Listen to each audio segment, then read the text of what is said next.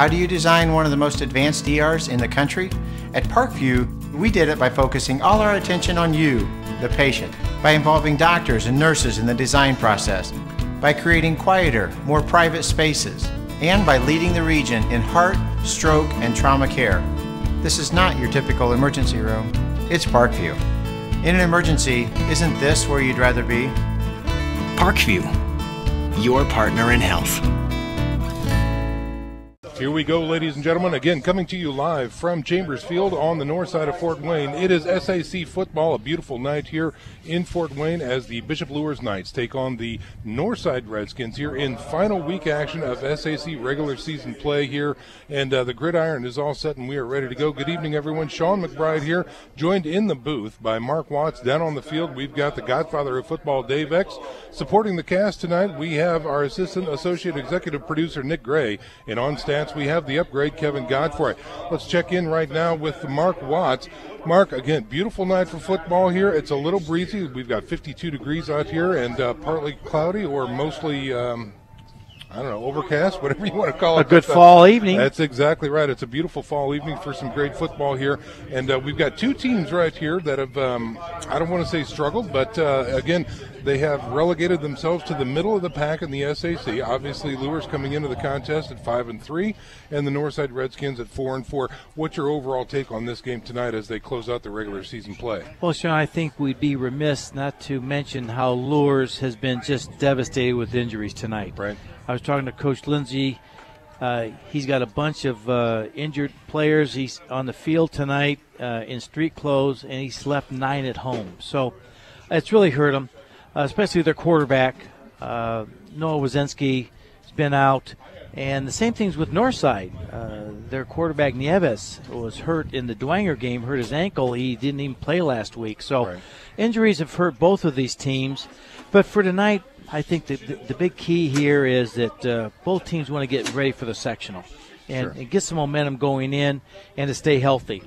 For Bishop Luers, they lost last week to Homestead 28-21.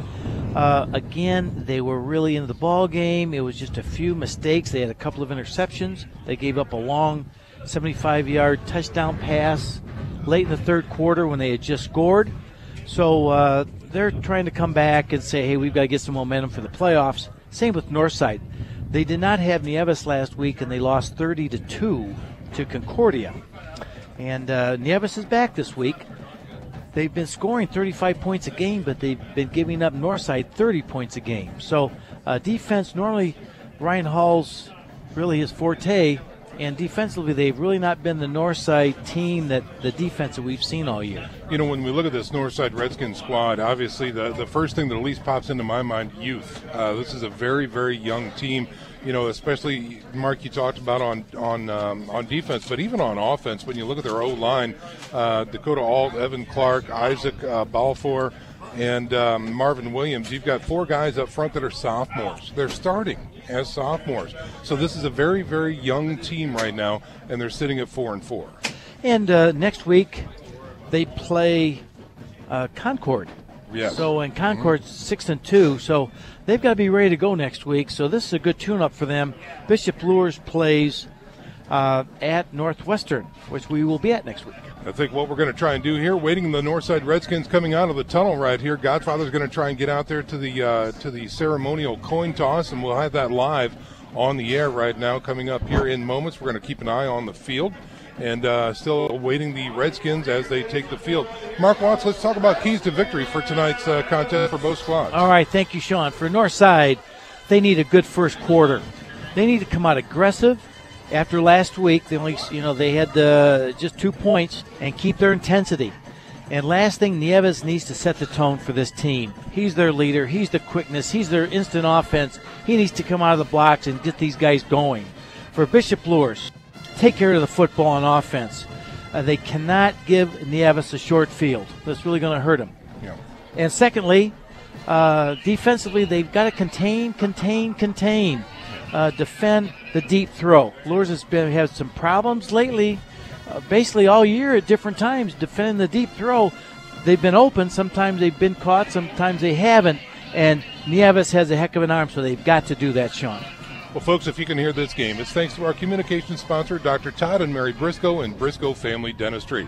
Their generous financial support helps make this Redeemer Radio Sports broadcast possible. If you need emergency dental care, call Dr. Briscoe at 260-486-9950. That's Briscoe Family Dentistry at 260-486-9950. So the Redskins are huddled at the 50-yard line awaiting the big break, and they have just broken their huddle right there, and we are waiting the captains to take the sidelines as we await the official ceremonial coin toss. Again, 52 degrees here at Chambers Field, a mostly cloudy evening. The lights are already on, brisk wind. And it looks like Old Glory is coming facing the east. So the wind is coming out of the west. And now we're going to head it down to the sidelines and check in with the Godfather, who has our official mic'd up.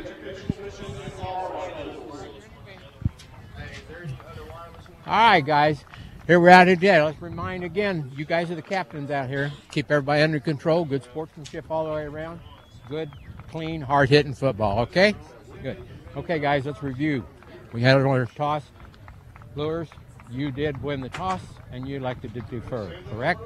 And then you had Northside decided that you wanted to receive the ball this half, right? And that means you just turned the direction, and we're going to kick towards the scoreboard, correct? All right, turn around the way we're going to play then, fellas.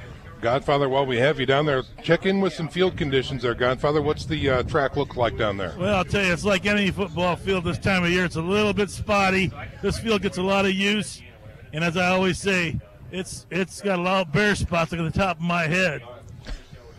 But, hey, I'll tell you, it's a great night for football. Like I said, 52 degrees and a little crosswind. We'll see if that comes into play during the passing game. Great stuff. Thank you, Dave. Sean, I'd like to shout out to Mike Bonahum. Mike's a little under the weather. He's been having some rough health problems. He's a diehard Bishop Luers person. And, Mike, we're all thinking about you and in the Bishop Luers family. So glad you're with us tonight. You know, speaking of that Bishop Luers family, too, we can talk real quickly as we get ready for a kickoff. The Bishop Luers Smoker is tomorrow night at the campus of Bishop Luers High School. Starts at 7 o'clock until midnight as 6 big screens are going to be out there in the tent featuring Notre Dame and the Cubs game tomorrow night. Again, sponsored by Union Savings Bank. You can show up right there at the gate, get the tickets, and come enjoy some great hospitality, some great food, some great company, some great sports on those 6 big screens for tomorrow night's Bishop Luers Smoker Night. And it was kind of nice. Kevin Mers, the offensive coordinator for Northside, came over and said hi. He's a nice young man. He does a heck of a job for Northside, calling plays for him. Damon Williams set to kick this one away. The ball is at the 40-yard line, kicking left to right on your radio dial from the west to the east. And here comes number 88 for the Bishop Luers Knights. The kick is up. It's a short end-over-end kick, taken at about the 24, bounces off the shoulder pads. Ball is still loose near the 30 and finally covered up near the 34-yard line. The Northside Redskins will retain possession, and they will have a fresh set of downs coming up on offense. Sean, we talked about intensity there at the outset, and that wasn't intense. No. That went right to the receiver. He just knocked it off his shoulder pads and then really didn't go after it very aggressively. Right. So, yeah. Come on, Northside. We got to come out here and be ready to play. That's right. So the Northside Redskins will take over. They will be on the offensive side of the ball here. Ball resting at their own 33-yard line.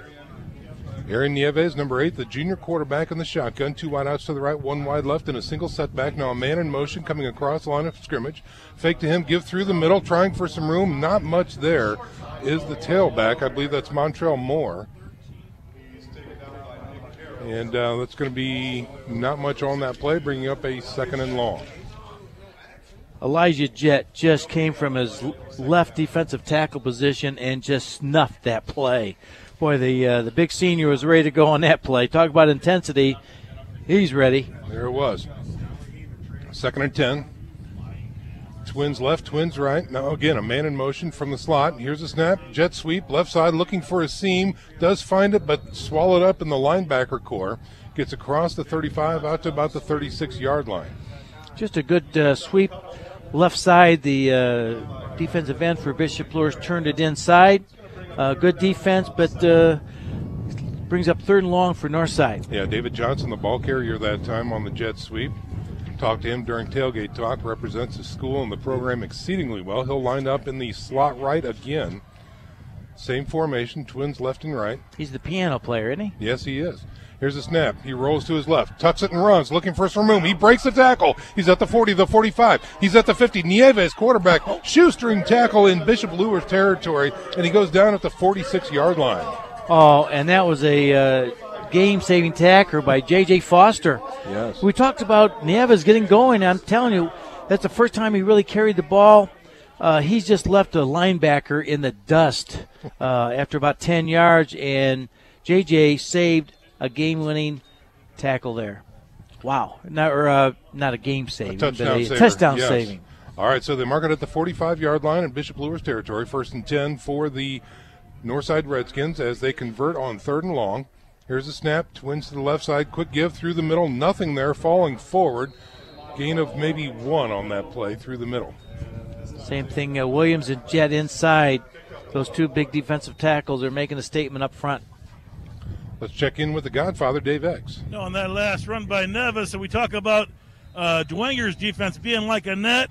Luers' defense there looked like they had a hole in their net, and it's a shame. They need to work together as a unit. Don't see it quite yet. 2nd and 9 coming up for the Northside Redskins. Again from the shotgun is Nieves with a single setback. Twins left and right. Looks over the defense, man in motion. Here's the snap, fake, and give through the middle. That time they have big penetration. The wall gets to him, and he gets snuffed for a loss. Easily that time came on a middle linebacker blitz. Really disrupted the whole play. That good penetration just snuffed it right there. Loss of about 4, Sean. Yeah, it looks to be a 3rd and 13 coming up now for the Northside Redskins. Montrell Moore, the ball carrier that time. And they're going to break huddle and come to the line here on 3rd and very long. If you're Bishop Luers, you have to be spying Nieves right now because he's just a threat at any time to break it. Twins left and right. Again, single setback. Offset to his right this time. Here's a snap. Play action. Tucks it, throws. Going deep. Right side. He's got a man open. Throws up and short and incomplete that time. Good man coverage out there, but that's an incomplete pass, and that's going to bring up 4th down for the Redskins. There's good coverage back there. That's number 6. Is that Bustle? Yeah, Bustle. Good coverage on that long throw, and Northside took a deep shot. Good throw, but good coverage. Somo, number 47, the kicker for Northside. He's going to launch this one from about his own 44-yard line. Will they kick it to Mr. Mack? That's the question. He's back deep for Bishop Luers. Now a man in motion going across the line of scrimmage to the right side. It's a high snap, but he does have it. And here's a kick out of bounds to the right side, very short. And, that's going to be maybe about a 7-yard punt. What they tried to do, they put the left offensive end, they put him in motion, and then they put him up the field, hoping that he could maybe catch the punt or stop it so they wouldn't be returned. But the punter hit it barely off his outside of his foot. Yeah, that's exactly right. So Bishop Luers will take over 1st and 10 from their own 42-yard line now. So great field position to start. Johnston under center, I formation, twins to the right. Here's a give to the tailback, looking for some room around the right side. He's got a little room. That's Charlton at the 50, the 45. He breaks into Northside territory with a nice end around, and that will be enough for a 1st down. If you see this play, the person who really made that play was Austin Mack. Yeah. It's nice to see your all-star also block and do something like that. That just tells you what a complete player Austin Mack was. He had his man back there about 15 yards and still was driving when he went out of bounds. Wouldn't let him go. 1st and 10 for the Knights. Twins to the left. Slot left is Mack. Offset I formation. Johnson from the shotgun. Again, give to Charlton. Right side, looking for some room. He's got a seam into the linebacker core inside the 40, down to about the 37-yard line. Gain of 4, maybe 5 that time.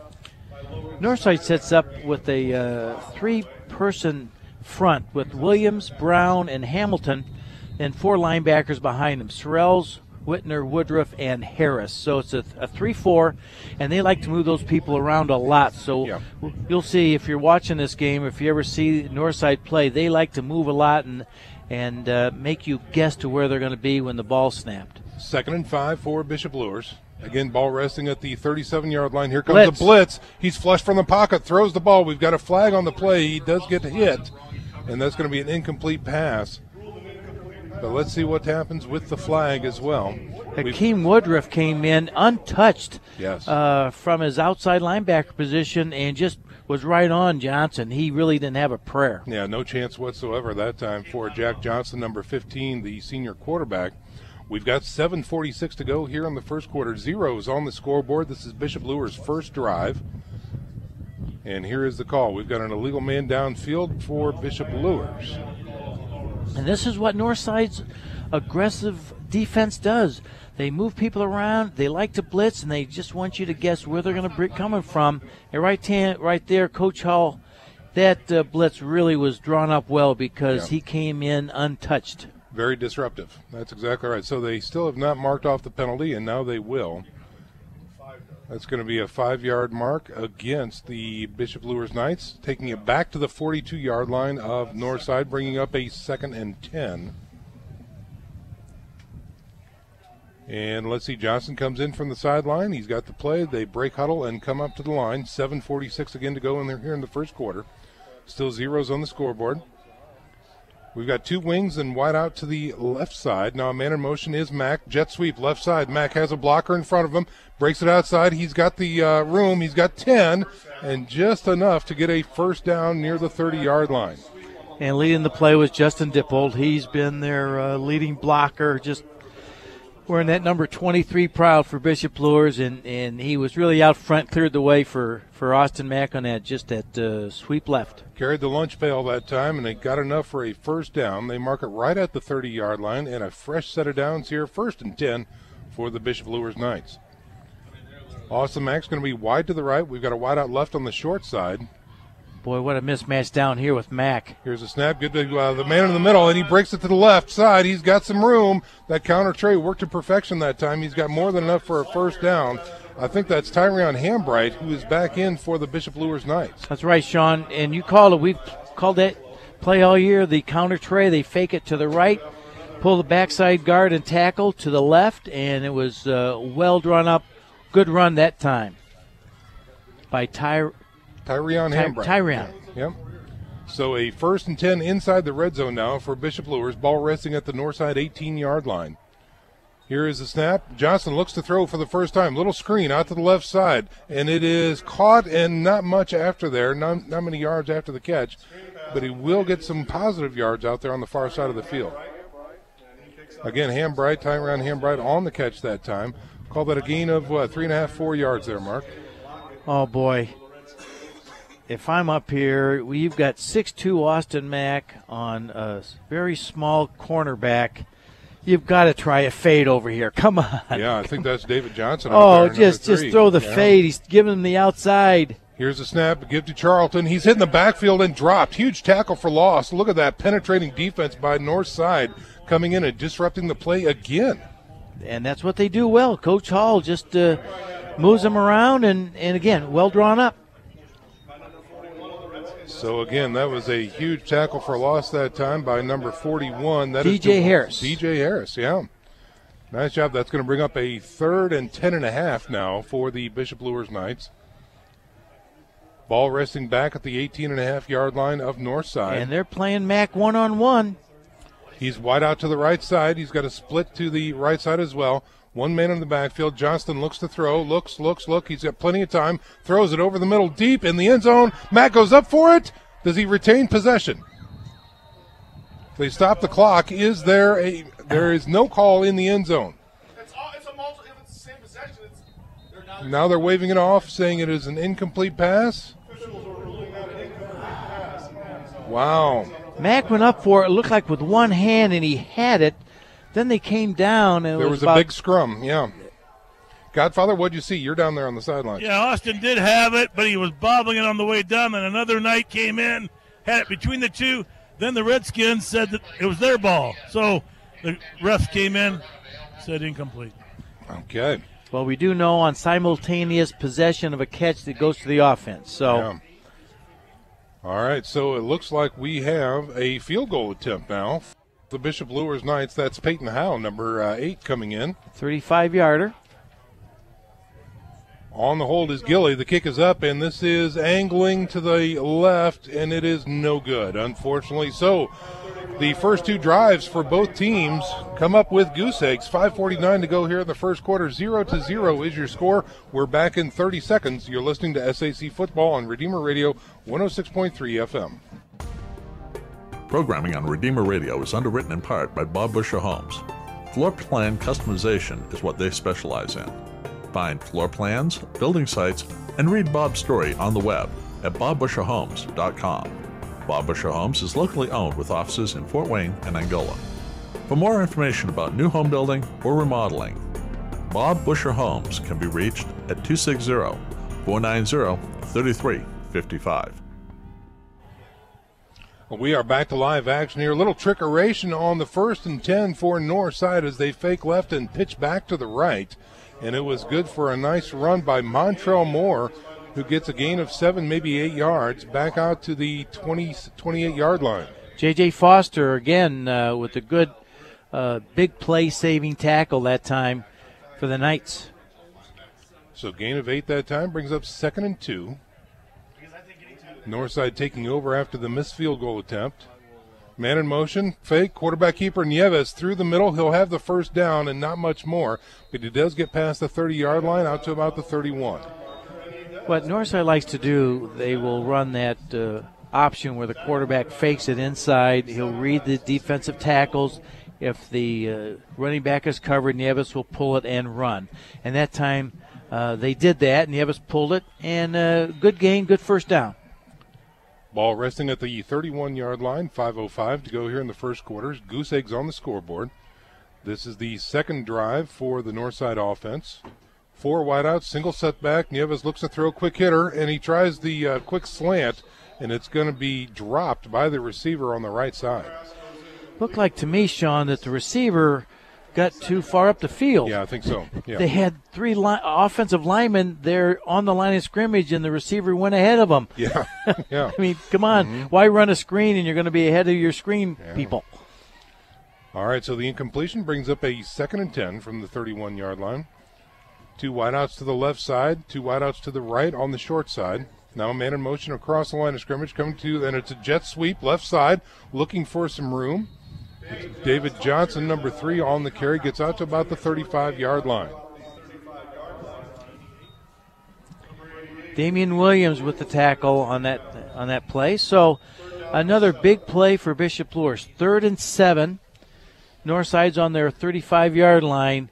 Key possession if Luers wants to get some decent field position. Well, you're absolutely right. Let's see what we've got. 4 wideouts and a single setback. Nieves is in the shotgun. And, they pulled him offsides. The hard count pulled Luers off. Now let's see if, in fact, it is an offsides or a motion. No, it is offsides, so that's a free 5 yards for the Northside Redskins. That's just intensity, Sean. That's right. You've got 4 seniors up front, and I think 3 of them jumped. Yeah, I think you're right. Well, they were showing blitz, too. It looks like a linebacker was coming in from the will position, so let's see what they do here. On now 3rd and 1 from the 40-yard line. Now we've got a Wildcat formation as they give it to Moore, who bowls his way through the middle, and he will have enough for a Northside first down out to about the 46-yard line. Well, what a difference that penalty made. You go from 3rd and 7 to 3rd and 2. They go to the Wildcat, and they get about 5, just snuffed it up the middle. So good play by Northside, and they've got a little momentum here. Now, we talk about Montrell Moore, the running back, not your average running back. He's a junior, but he checks in at 5'11", 230 pounds. I remember him when he played at Dwanger. Yeah. He came in a little bit late and looked pretty good. Trips right. Now a man in motion coming to the left side. Nieves looks to throw. He's got some time. Now he's flushed, and he's going down. Boy, the pocket collapsed just that fast. We thought he was going to throw the ball, but he ran out of time, and he is tackled for a sack. Zach France that time came in. Good pressure. Really, that was a coverage sack, Sean. Yeah. He had enough time. He rolled it to the left here to the north side sideline, but no one was open, and Luers pressure got to him. So we'll call that a loss of 4 on the play. 2nd and 14 now. Ball resting back at the 42-yard line. Luers still on their side of the field, moving right to left on your radio dial. Twins right, twins left in a single setback, working on the left hash mark. Nieves looks over the defense. Awaiting the snap. Now a man in motion going to the right side. Here's a snap. He's looking to throw. He's got pressure, throws over the middle, and that's going to be an incomplete pass. Oh, and a late flag coming out there, and that is going to be a late hit against a Northside Redskin. He was going man on against Austin Mack and didn't like the result, and he got flagged on that one. There was a screen play to the left-hand side, and Bishop Luers really had it well defended. And Austin Mack, the cornerback on this side, had it well defended. And the ball was thrown incomplete, and all of a sudden just a sophomore mistake, Sean. Right, yeah, that's exactly We're not going to say who it was, but it was a sophomore offensive lineman for Northside, and that's just a killer. Yeah, that was a hit after the whistle. Godfather, what do you have for us? Well, Connor Neely, number 85, was playing defensive end for the Knights, and he had a green go light from the defensive coordinator, and he was on a full sprint, and he hit that quarterback just as he released it. There you go. All right, so again, we are looking at. Yep, it'd be third down. That should be third down. The yard marker says second. The Luers coach is here right next to us, and they keep saying it should be third down, and it is. The white hat caught it. All right. All right, 3rd and 24 now after the personal foul against Northside. The ball resting at their own 27-yard line. Luers now in two deep secondary.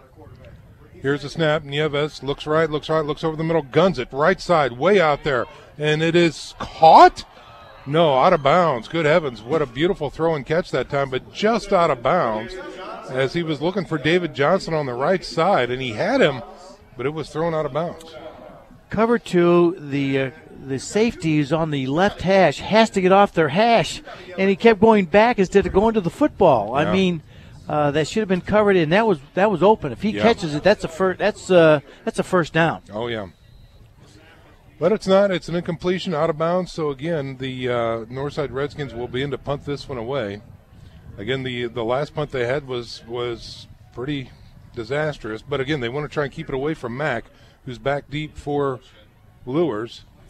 And he again kicks it to the right side, but it's almost sideways. It does take a little Northside bounce. But Bishop that was about Northside bounce. bounce. that was about a 10-yard punt. Well, both two punts the north side have made tonight have not made it past the first down marker. Yeah, from the a 7-yard punt. Yeah, good heavens. Godfather, what do you have? I just want to let you know Austin Mack wasn't anywhere near that punt. No. It was closer to you than to Austin Mack. It really was. I wasn't going after it. Okay. So here comes Bishop Luers on offense here. Set up very well. The ball is inside the 35-yard line of Northside. Johnson's under center, I formation. 2 wideouts to the right side. Here's a give to Charlton. No, it's Hambright through the left side. He's got a nice seam, gets some good positive yards. Gain of about 7, maybe 8. Hambright, we haven't seen him since Snyder, Sean, a Right. lot. He had 23 carries for 178 yards that night. So he's an awfully good running back, and he's getting his chance tonight. That's exactly right. We'll call that a 2nd and 7, or 2nd and 3 after the gain of 7. 2 minutes to go here in the first quarter. 0-0 on your scoreboard. Oh, throw Mack a fade. Come on. Johnson's in the shotgun. Northside showing blitz. It's picked up. He's looking to throw. Throws deep. He's got him in the end zone. He goes up for it. Is it caught? No. No good. No catch that time by Austin Mack in the back of the end zone. What do you have, Godfather? Yeah, on the runs that you've seen by Hambright and by Austin Mack, there's just one guy stopping them. If they could beat that one guy on the run, it'd be 6 points. I think the Knights need to be patient, run the football. There you go. All right, so that brings up a 3rd and 3 now for the Knights after the incomplete pass. Under 2 minutes to go here in the first quarter. Okay, they're going to line up again with that I formation. 2 wideouts to the right side. Johnston under center. Here's a snap, give to the tailback, left side. Oh, bad transaction. He's in the backfield, and he's going to be tackled for a small loss. This is, again, the north side's aggressive play. Blitzed 2 linebackers that time, and just there weren't enough blockers. Justin Dippold, who's the blocking back, just had 2 people to block and couldn't block both of them. Nope. So good defense by Northside. 4th and 4 now. Ball resting at the Northside 27-yard line, and it looks like the offense is going to stay on the field for Bishop Luers. And it looks like that is a Wildcat formation as Austin Mack is the quarterback. We've got a man. Oh, now we've got a flag coming out. So the play never got off the ground. And let's see what happens here as they. Northside kids are clapping. This might be a formation issue against Bishop Luers. And that's exactly what it is. Boy, another key mistake. Yeah. This time by the offense. You've got 4th and 3. Now we're 4th and 9. Yeah. Wow. Or 4th and 2 to 4th and 9. So Johnston now goes over to the sideline, gets the play. The offense will stay on the field. Well, the 4th and 4 and 4th and 9. All right, I can get 5 yards. Just stop talking, Mark. All right. Okay? Ball now resting at the 32-yard line. Johnston now from the shotgun. Single setback, man in motion across the line of scrimmage, coming to the right side. They flow to the right. He's looking to throw. Looks, fires to the right side. He's got it, and it is caught by Austin Mack inside the 20-yard line. And that will be enough for a Bishop Luers first down. Oh, that was a nice pitch and catch that time. They rolled Johnson out to his right, gave him a little more time. Yes. Austin Mack just working one-on-one on David Johnson that time, and Mack is just tough to handle one-on-one. That he is. Well, and a very well-delivered ball. It was. Right there. So, again, Johnson converts on 4th and long, and now the Bishop Luers Knights are looking at 1st and 10 inside the 20-yard line at the 19. Under a minute to go here in the first quarter. Still zeros on the scoreboard. Bishop Luers is threatening. Here we go, 1st and 10. Mack in motion to the far side of the field. Here's a snap. He's looking to throw. Pressure. Screen. Backside on the right. At the 20, the 15, taken down near the 12-yard line. It looks like Tyrion Hambright, maybe. Charlton, number 29 that time. Great call by Coach Lindsay. Anytime you're getting that linebacker pressure like that, and Luers is one of the best green teams in the city.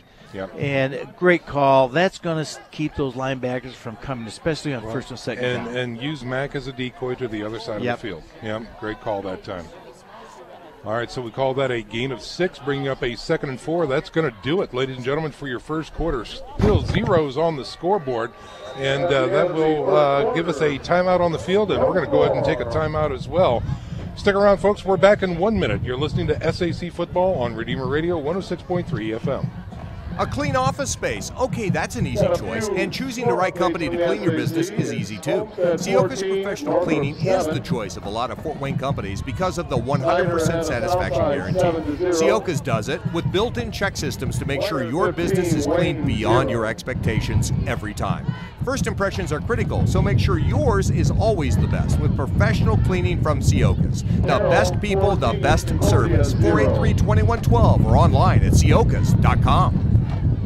Spherion Staffing, locally owned by the Pentenberg family, excels in finding the best candidates for industrial, clerical, customer service, non-clinical healthcare, IT, and professional direct hire placements. Spherion clients are accustomed to getting the right employees at the right time, every time. Spherion Staffing supports the proud excellence of the Dwenger Saints and the Luers Knights, both on the field and in the classroom. Whether you are seeking your next career move or searching for great employees, call us at 260-496-9900 or visit us on the web at spherion.com/FTWayne. Football fans, Eisman Property Management is a local company that offers owner services for residential properties from a single home to large complexes.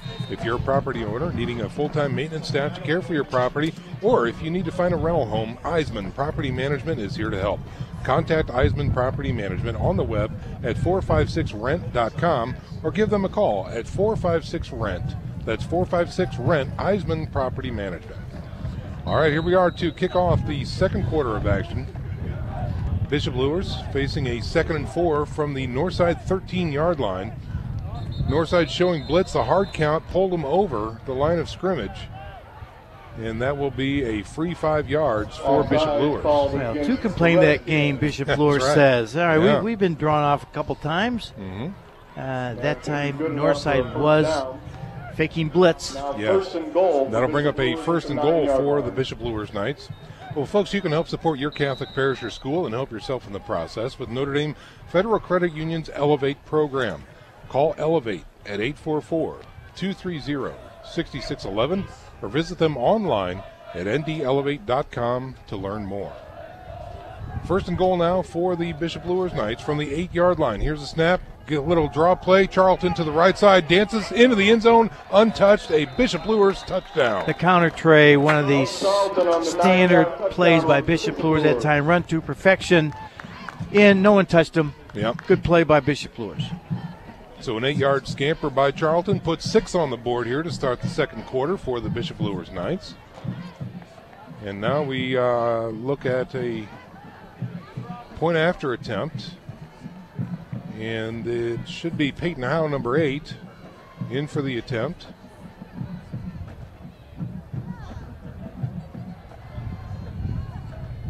Count the players. Everyone's good. Howe is all set. We're awaiting the snap.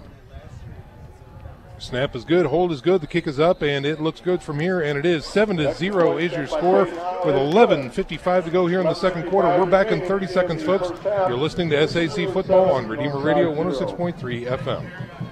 Hi, sports fans. Sean McBride here, inviting you to try the barbershop experience. St. Joe Center Barbershop, located at the corner of St. Joe Center and Maplecrest, prides itself on professionalism, cleanliness, and a family-friendly atmosphere. In their 3rd generation of family ownership, they have a combined experience of over 125 years. Give them a call at 485-6981. It's my barbershop of choice. That's St. Joe Center Barbershop at 485-6981.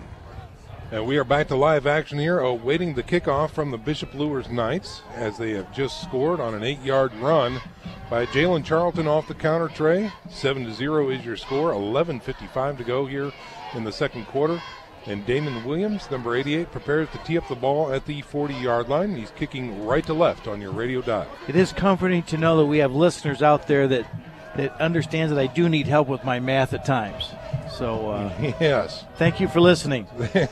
I do know what 9 minus 5 is. It takes me a little while. All right, here we go. Williams kick. End-over-end kick, a little short this time, and it's going to be taken at the 20-yard line, trying to cross the field to the 25. Breaks one tackle and finally wrangled down right there at the 25-yard line. Lockett that time, the return man for Northside.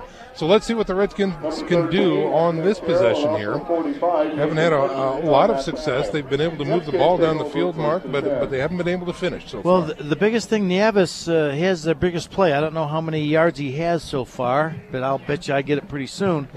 But he had a really nice play early in the 1st quarter. And that's been their basically their offense tonight so far. All right, so they come off the side of the field here. They're going to have twins to the left, twins to the right. Single setback. That is Montreal Moore, the junior running back, and Nieves has the ball, gives to Moore. Little dive play, right side, and nothing there whatsoever. It's going to be blown up and maybe even a loss of half a yard that time. Neely, Williams, Jett, and Golden all on that tackle. First to hit him was number 62. That's Elijah Jett. All right, so they do mark the ball at the 24-yard line of Northside. I think Northside's going to have to open it up, Sean. Yeah. Either start getting out wide or start throwing the ball a little bit here, because Luers' 4 senior defensive front people are really playing strong. They are. Here's a snap. Nieves rolling to his right, looking to throw, guns it, and he's got a man. Oh, in and out of the hands of his receiver near the 40-yard line. Beautiful throw that time, and unfortunately he was not able to come up with it. Nieves rolled out a little bit, had plenty of time, had a nice throwing alley, put it on the money, and the receiver just flat out dropped it. Yeah, Destroyers that time just couldn't make the catch, and well, you talked about it, Mark. They need to open things up. That was a perfect way and it was to do there. Yeah, I mean, Kevin Murr sees it too, and he had a nice call there, and just it's tough when it's all open and just don't catch the football. Yep. 3rd and 11 now for the Redskins. Same formation, twins right and left, single setback. Nieves from the shotgun. Blitz. And he's looking to go long. He throws it deep down the right side, well overthrown and incomplete that time. So the pressure works that time, and Destroyers cannot make the play. That's going to bring up a 4th and 11, and the punt team is coming on for Northside, a 3-and-out. And that was a good call by the Luers defensive coaches, because if he was open, he was getting open. He didn't have time to get him. Good pressure there. Who was that? That was 45 on that blitz. Pritchard came in untouched. I think after this punt, we're going to check in with Nick Gray, who's got some scores and highlights from around the area. But right now, we've got a punt coming on for Northside. Here is the snap. The kick is up, and it's much better this time.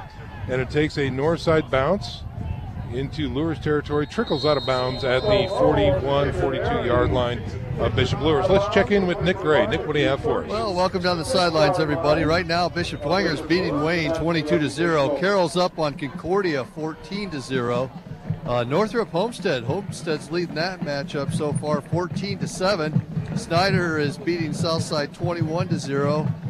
Leo up on DeKalb 21-0. And the other game that's real interesting, because we got 2 undefeated teams going at it, Woodland at Adams Central. Right now, Adams Central is up 7-0. However, Woodland's had 3 turnovers in the first quarter. So that's what happens down those cornfields. I tell you what. With that, we'll send it back to you guys. Tough place to play down there. Great stuff, Nick. Thank you so much. Keep an eye on all those contests throughout the night. Here's Bishop Luers on 1st and 10. And Jack Johnson rolls to his right, looks to throw, going deep, and it looks like there's going to be a flag on the play as Austin Mack was tackled down deep by the defender, and that's going to be a pass interference against the Northside Redskins. Yeah, Mack was wide open, and the defender just tackled him. Well, folks, Redeemer Radio has one travel sponsor, and that's H&L Electric. Specializing in the commercial electrical needs for the business community, H&L Electric can handle the smallest to the largest of projects for your business.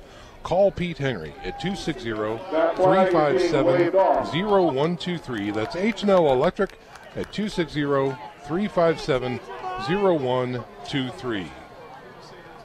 Godfather, what do you have for us? Hey, guys, I think that flag's being waved off because it was incidental contact and the ball was thrown a little deeper.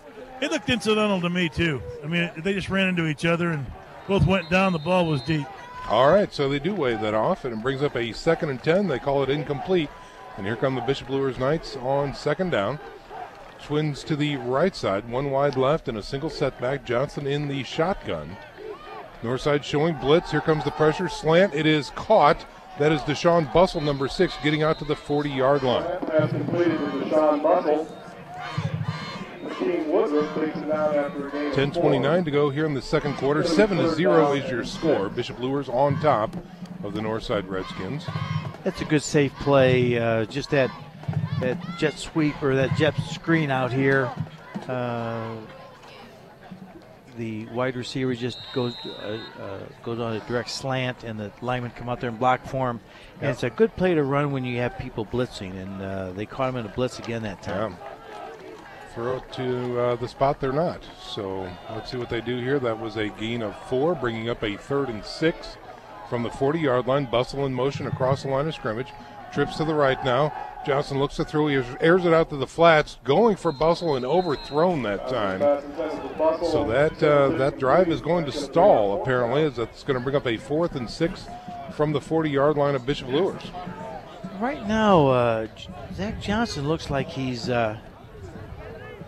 throwing it a little bit late. Mm-hmm. He's about 1 second behind on his throws, and when he throws it to Mack, that means Mack's getting a little he's outrunning his arm. Yep. And that time he had him open, but he just overthrew him. Looks a little bit off right now. Jack Johnson, the quarterback, also does punting responsibilities for Bishop Luers, and he guns this one down the field, and a fair catch is going to be called for near the 30-yard line.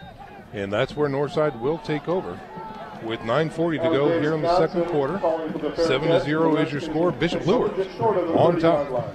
Bishop Luers has really won the field position battle tonight, Sean. Yeah. I don't know if Northside has been in Bishop Luers territory at all. And this is just because Northside just can't get a sustained drive going. They've hit a couple of big plays, but they've not, I don't think they've had over 2 first downs in a row. Let's see what they can do on this drive. Aaron Nieves and company. Twins right and left, single setback. 1st and 10 from their own 30-yard line. Now a man in motion is Johnson. They give it to him. Jet sweep, left side, breaks it back through the middle, tackled from behind and pushed forward. And he's going to be dropped near the 37-yard line. And he's taken down there by 62. Well, you look at the quickness of Elijah Jet. Yeah. He went from the left defensive tackle position, came all the way back 8 yards and made the tackle. Nice all right, play. every start position. Bishop Luers on their own 48, Northside on their own 27. Bishop Luers has a 21-yard advantage in every starting position. 2nd and 2 now for Northside, same position. Now again, a man in motion coming across the line of scrimmage. They fake the jet sweep. They throw it. Oh, a big paw comes up. Did he grab it? Is that an interception? It is an interception. Bishop Luers, one of the defenders, got a big paw on it, and they picked it off. Was that Franz caught at 40? I think it was. And Bishop Luers will take over at the 38-yard line. So, a huge defensive stop that time by Zach Franz. Gives the ball back to Bishop Luers. Still trying to get a number on that just to make sure and verify who actually caught that ball. Let's check in with the Godfather. Yeah, that was Zach Franz, just a sophomore. Great job. Got his hands up, pulled the ball down. All right. Here's Bishop Luers on offense. 1st and 10. Little draw through the middle. That's time given to Tyron Hambright. Dancing through the middle, getting close to the 30-yard line of Northside. All right, Sean, that was 40 Noah Meeser. We got this from the Bishop Luers coaches up here, so we apologize. Number 40 is being worn tonight by Noah Meeser, and he intercepted that pass. So congratulations, Noah. All right, very good. Want to get it right. Absolutely. At least something tonight. 2nd and 3 coming up for the Bishop Luers Knights. Northside showing blitz from the shotgun. Here is Johnson, throws it out to the flats. He's got Mack on the catch. He's got a 1st down and more as he gets inside the 25-yard line down to about the 24. Now that was a better throw. He got rid of that quicker. Yes, you're and right. it was, the whole play looked in sync that time. Yeah, more crisp. Yep, you're right. Dave X, what do you have for us? Yeah, they all came over and said, no, it was Noah Meeser. I said, well, how come they're tapping number 40 on the head? They go, because that's Noah Meeser.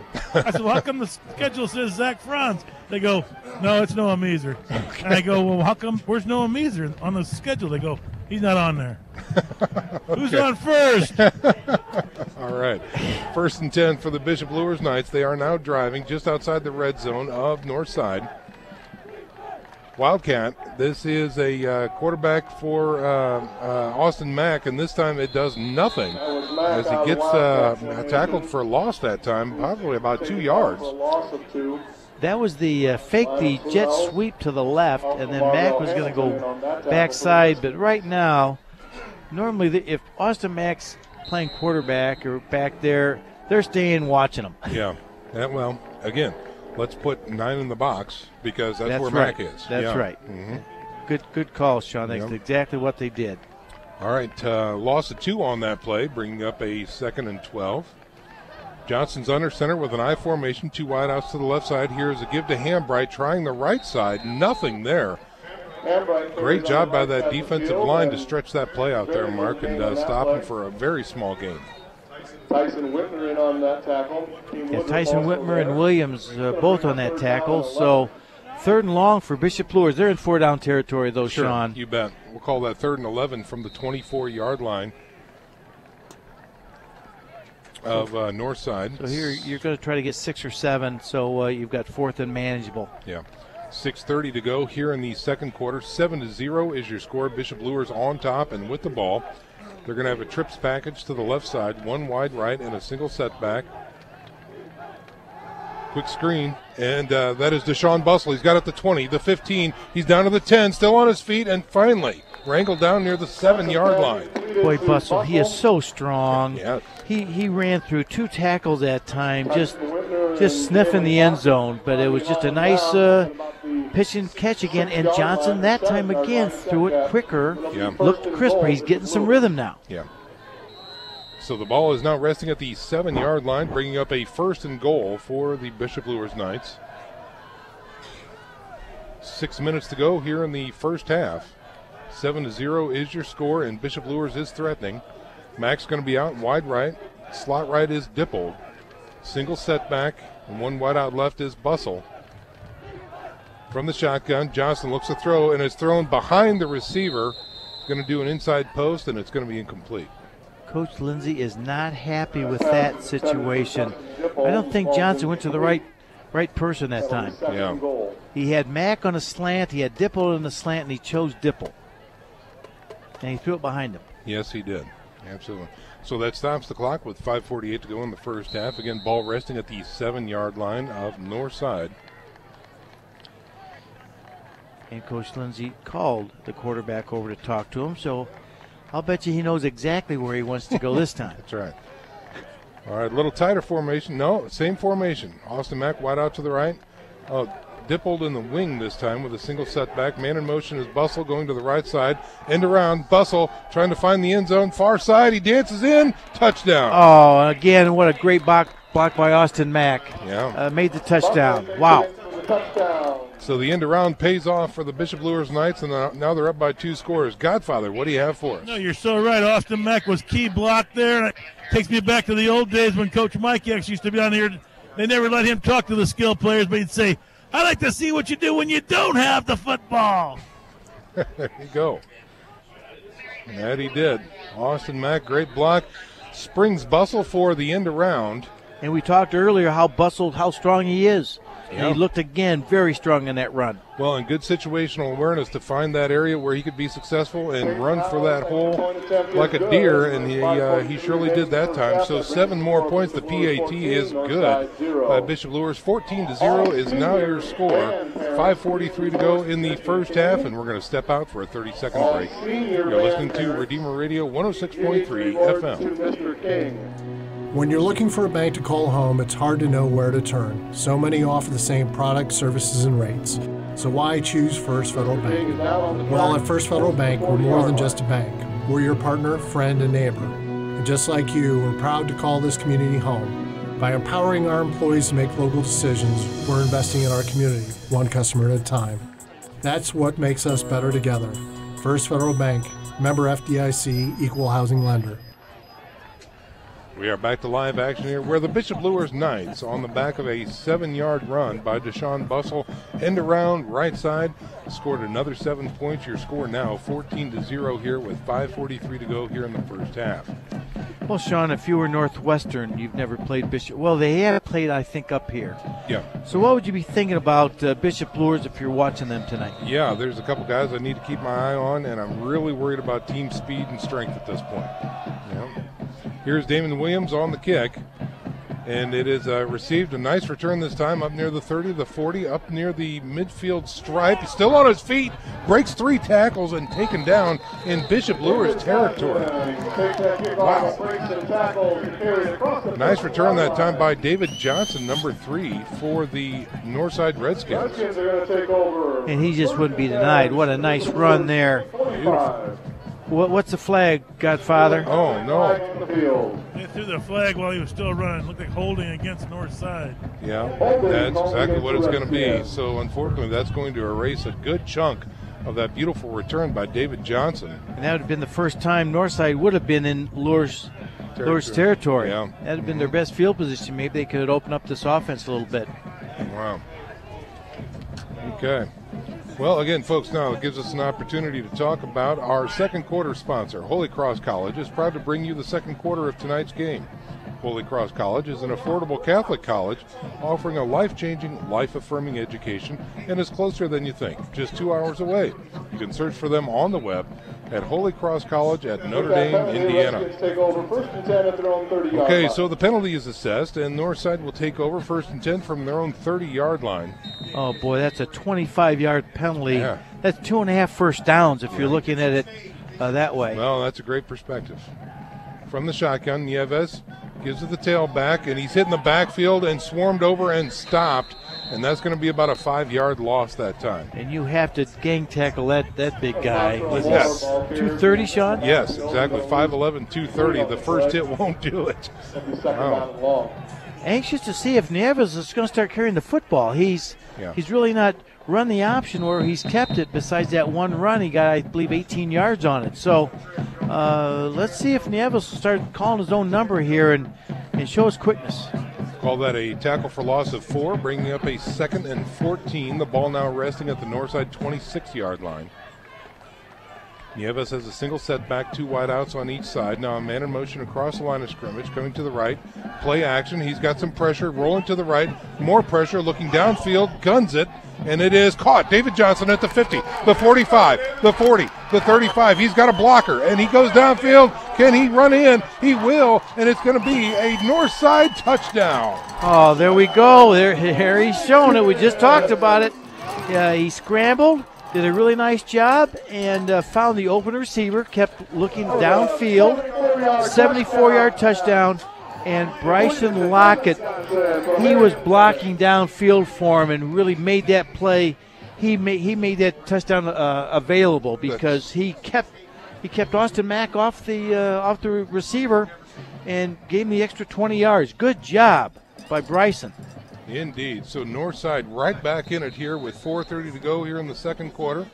Awaiting the PAT. Here is the snap. The hold is good. The kick is up. And it looks good from here. It is 14-7 is now your score. The Northside Redskins scorch the Knights on a 74-yard throw and catch by Nieves to Johnson. We're back in 30 seconds. You're listening to SAC Football on Redeemer Radio 106.3 FM. Tri-State Warehousing is one of the most complete service-oriented companies in the warehousing field today. Located in Fort Wayne, Tri-State Warehousing is a 50,000 square foot dry and temperature-controlled storage facility, serving 2/3 of the continental U.S. with overnight rail service. The dedicated staff and specialty services of Tri-State Warehousing are known throughout the industry. For great things in store, call Tri-State Warehousing, 260-436-2010. That's 260-436-2010. We are back to live action here at Chambers Field, where the Northside Redskins, on the 74-yard throw and catch from Nieves to Johnson, are right back in this contest. 14-7 is your score with 4:30 to go in the first half. Arian Nieves, he is so good. He had a ankle that was hurt against Bishop Luers, which was the difference in that ball game. I mean, he just. So we hadn't seen him really run a whole lot. That time he is full strength. That ankle is healed. His legs are strong. And I'm telling you, he just exploded out here toward the near sidelines, kept his eyes downfield, and put a bullet down to the receiver. Here's the kick from Northside. It's a low worm burner on the ground. Austin Mack has it, finds some room through the middle, spins out of 2 tackles, finally hit and wrapped up past the 40-yard line, close to the 43. Austin Mack, he carries it out to the 43-yard line. So again, great field position here coming for Bishop Luers. Let's check in with Nick Gray. Well, Bishop Luers up on Wayne, guys, 29-0. Carroll's beating Concordia 21-7. Homestead's up on Northrop 28-7. Snyder's up on Southside 28-7, but the really big game that we're keeping an eye on is Adams Central Woodland. Right now, Adams Central's up 14-0. Woodland's driving. They're on the 6-yard line with 16 seconds before the half. Can they get it in? Back up to you guys. All right, great stuff. Thank you, Nick. Here's Bishop Luers on 1st and 10 from their own 43-yard line. Man in motion is Deshaun Bustle going to the right side, screen to Bustle. And he is going to evade a tackle but not get many positive yards. Good swarming defense by Northside, keeping him in bounds, and the clock continues to run on the far side of the field. It's hard to tell who made that tackle, but there was the 4 defenders over there for Northside. Great pursuit by Northside. Held him to 1 yard. Brings up a 2nd and 9 as Jack Johnston is over discussing the play with the coaches. Now comes back to the huddle. Again, he stayed in bounds, so clock continuing to tick down. 3:45 to go here in the first half. 14-7 is your score. Luers on top of Northside. They've got the ball at their own 43-yard line. Twins right and left. Single setback Johnson. Low snap. He's got it, though. Steps up through the pocket. He's going to have to run this one. He gets flush from the pocket going left. He's at the 50, runs out of bounds. And is a flag coming out? Yes, a flag is coming out. A suspect call as he is run out of bounds, and finally he was taken out. I don't know if he just slipped and fell at the sidelines there, Mark, but the official was right there. And another flag comes out. That one, I think, is not on a player. No. The first one was kind of a tough call, Sean. Yeah. He had him around by the shoulder pads, and he just kind of spun him. Mm-hmm. It's not one of those where he just nails him or threw him down. And then Johnson lost his balance and fell down, and the referee, it was I don't know. It was a very iffy call initially, and then I think one of the coaches on the north side probably said something a little bit more stronger than I called it. Yeah. And then we saw the flag going that time. So just unfortunate for Northside there. You've got to keep your composure. And that's exactly too bad. right. Yeah, so 2 penalties that time. They will assess 1 from the 45. They march it down to the 30. Nick, do you have something quick for us? Well, guess what? Woodland did punch it in. Now it's 14-7. Adams Central up at Woodland at the half at that game, guys. So that's starting to heat up. Sean, and excuse me, that was just a sideline warning. Okay, just Kevin a warning. told me. Yeah, Okay, that was just gotcha. a warning. So that's good. Yeah. Because that good job by the officiating crew that time. 1st and 10 for the Bishop Luers Knights at the Northside 30. Blitz coming. He is hit as he throws the ball, and it's going to be easy pickings. That's an interception by Northside. Taking it around the right side at the 20, coming back and getting hit, and he is going to be dropped near the 27-yard line. That's another one of these blitzes, Sean, that he wasn't touched. That's from right. the backside. It wasn't Johnson's fault. He was just ready to throw it, and he just got drilled from the backside. No one had touched him. So I think Sorrells was the man who intercepted that ball. And so great job by the defense on both sides, not only causing the interception, but actually picking it through the air. So north side now with a fresh set of downs and maybe some Momo here. Let's see if they can capitalize here as they come up on offense. 1st and 10 from the 27-yard line. Here's a snap. They fake the end around. Nieves with a quick throw out to the right side. He's got it, and he's at the 35, the 40, trucked out of bounds near the 42-yard line. That is their running back, the big man, Montrell Moore. Nice little screen pass to the right-hand side. There was only one Luers player out there. 3 offensive linemen set up well. Good first down play, and Northside's got the Momo. So a 74-yard touchdown pass, an interception, and now Northside looks to capitalize again. And it looks like he's going to roll to the right side. He's going to slip and fall. He had some major pressure there. They're going to call him down back at the 35-yard line. Yeah, he was trying to escape that time, but Luers did a nice job just penning him in. Had no place to go, kind of slipped. His knee went down for a loss. Yep. All right, so that is going to bring up a 2nd now and 17 as the ball is back at the 35-yard line. We've got Twins right, Twins left, and a single setback. Johnson now in motion. They give the end around to Johnson, looking for some room, breaks it back to the right side. Again, being swarmed over, stopped, and tackled there for not much of a gain. Number 13, who was that masked man, Mark? Nick Carroll. Nick Carroll, big stop that time. Oh, we've got a Knight down on the field, too. Well, he's going to be stopped at about the 36-yard line. This is the last thing Bishop Luers, anybody needs at this time at the end of the year, but especially Luers, how they've just been decimated with injuries. And I believe this is a skill position player too, Mark. Trying to get a read on that number. I don't know, Godfather, from that perspective, can you see the number of that, the Knight player? Okay. Well, he's still down on the field. We're going to go ahead and take a 30-second break timeout, ladies and gentlemen. We've got an injury timeout on the field. 14-7 is your score. Bishop Luers on top of the Northside Redskins with 2:17 to go in the first half. We're back in 30 seconds. You're listening to SAC Football on Redeemer Radio 106.3 FM. We're all searching for answers, searching for meaning in our life. But the world and the culture give us empty solutions and empty promises. We know there is more to life because we're searching for the real truth and a real meaning. You can stop searching because you found Jesus Christ at His Catholic Church. Redeemer Radio. Welcome home to your family of faith.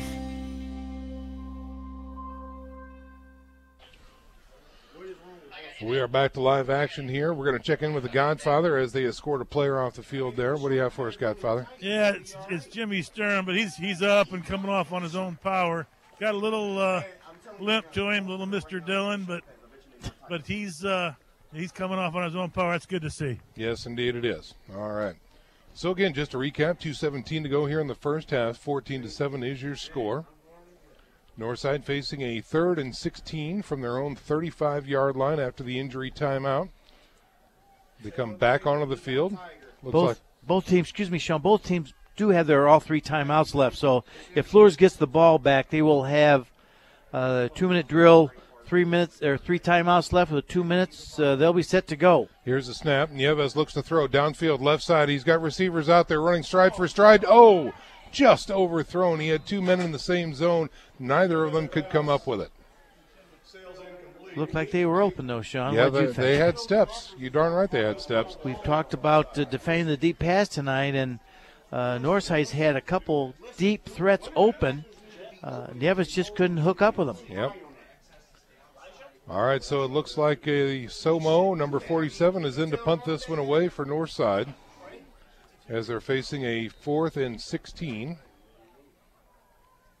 Ball from their own 36-yard line. Looks like Luers is showing some heat up front, too. They might come after this one. You can even rough the punter. It's not going to be an automatic first down. Right. You only get 15. Almost gets the block that time, but the kick is away, and it's going to be stopped at about the 33-yard line of Bishop Luers. So no return that time as Matt can't get to the ball. And Damian Williams that time, he was in there. How couldn't he block it? He was right there, yeah. That's about our 3rd punt this year that we've seen that they don't go for where the kick is supposed to be blocked. They go for the leg, and you're saying, how can you not block that? He was in there. Ball resting at their 33-yard line. Knights will be working off the left hash mark with 1:58 to go here, so an opportunity to practice that 2-minute drill like you talked about. Oh, and Coach Lindsay's the best in the area calling this 2-minute drill. 2 wide outs to the right, 1 wide left on the short side. Johnson has pressure, rolls, throws a short pass, and that's going to be caught and no gain. Looks like it was nearly picked off. Was it? Okay, so the receiver was down. It looks like he got the ball taken away from him. And unfortunately, the receiver is still down. Is that Dipple? Or Hambright? It's Hambright.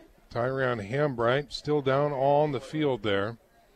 It's just a little flare pass, and Hambright was trying to get to the sideline to stop the clock.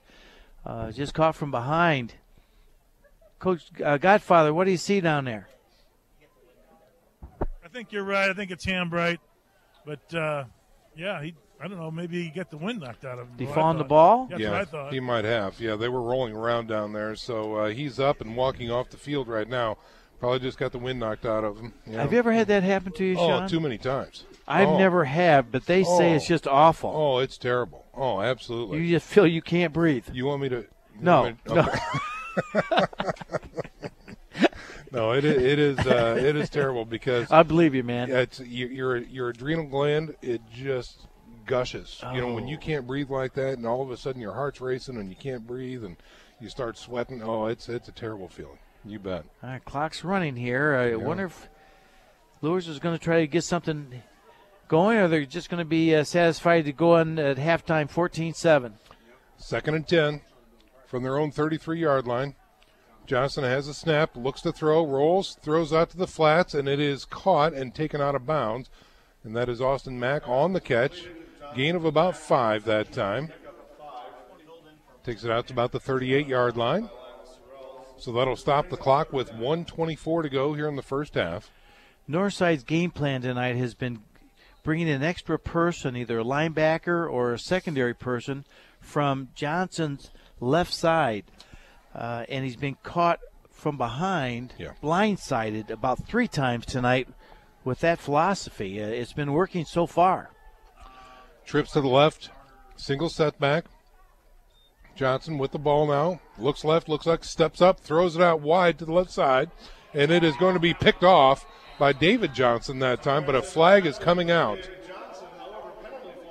That was pass interference. Yeah, Austin Mack was the intended receiver way out here on the sidelines on the close side. And a flag comes out, and that's going to be against Northside. DJ Harris that time was running with Mack. He had him double covered, and he just bumped him off his route. That's an easy call. Yeah. So we await the mark-off and the call here, or the call and the mark-off of the penalty. 1:16 to go here in the first half. 14-7 is your score. Bishop Luers on top of the Northside Redskins. Next week, football fans, stick with us. We're going to be with the Bishop Luers Knights for first-round sectional playoff action as we travel south to take on Northwestern. What city is that in? Kokomo, from what I understand, or close to it anyway. Yeah. So why maybe it's northwest in the county down there is why they call it Northwestern. So see, I'm not that smart to figure that out. Kevin told me that before the game started. That's how I knew. So again, we have the final episode of Tailgate Talk next week at 6 p.m. Our playoff preview special will be at 6, and then of course our game of the week coverage starts right at 6:55. Coming to you from Northwestern High School as the Bishop Luers Knights start the journey of the second half of the season against a 4-4 Northwestern team coming into tonight's contest. All right, Luers is on the 46.5-yard line, 3 timeouts, 1:16 left. They've got good field position now. Let's see what Coach Lindsay does to open up the offense. Twins right, Twins left. Northside showing blitz. Here it comes. A little draw pattern through the middle, given to Charlton. He's got room. He's into the linebacker core, into the secondary, and finally taken down after a huge gain down to the 25-yard line. Again, Northside brought the outside linebacker from the weak side, and that draw play caught him. Yep, that's so exactly right. That's another great call by Coach Lindsay to negate that linebacker coming from the offside. They mark him down at the 26-yard line. Here it is on 1st and 10. He's going for it with Austin Mack, thrown to the end zone, and it is picked off. Beautiful positioning that time by the defensive back right in front of Austin Mack. Ball's thrown a little bit shy, and a big pick by the Northside Redskins. Another one that he's just throwing late. That needed to come out a good second or 2 seconds before. Godfather, you're right there. What'd you see? Well, I think the Knights have seen success running the football. I know you got to throw the ball to set up the run, but goodness gracious, that's the second pick tonight, and it's just not doing the Knights any good. They could have ran that ball into the end zone. Well, Godfather, I'll defend the first interception. He was hit from the back, from his blind side.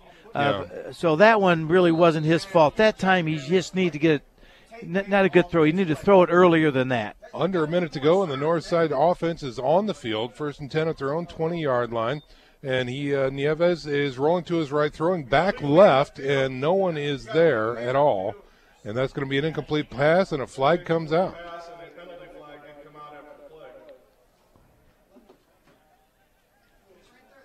So let's see what happens on this call here. And I guess the question was he outside the tackle box? Tell him now, we ain't dying. Trying to okay, so the penalty flag is waived. They're calling the ball tipped. Wow. Let's just keep moving on. That one is undescribable. Mm-hmm. So the phantom tip. That's right. Someone in the press box said it for us. Yes. All right, here is a draw play through the right side, and again, oh boy, 2 flags coming out this time after near the end of the play, as Montrell Moore takes the ball out to about the 28-yard line, and again, more penalty and more dirty laundry on the field here. Looks like the Northside band is prepping in the west end zone down there, getting ready for the halftime show. We've got a face mask coming up against the Bishop Luers Knights. This has been kind of an ugly last 2 minutes. Yeah, it sure has, hasn't it? Yeah. Wow.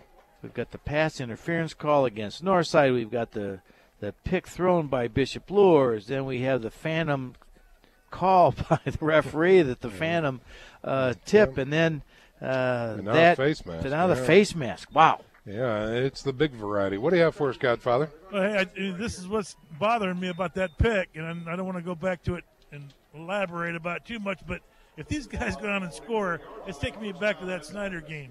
Mm-hmm. We need to protect the ball, keep it on the ground, get it in the end zone. Boy, that's a tremendous flashback. You're absolutely right.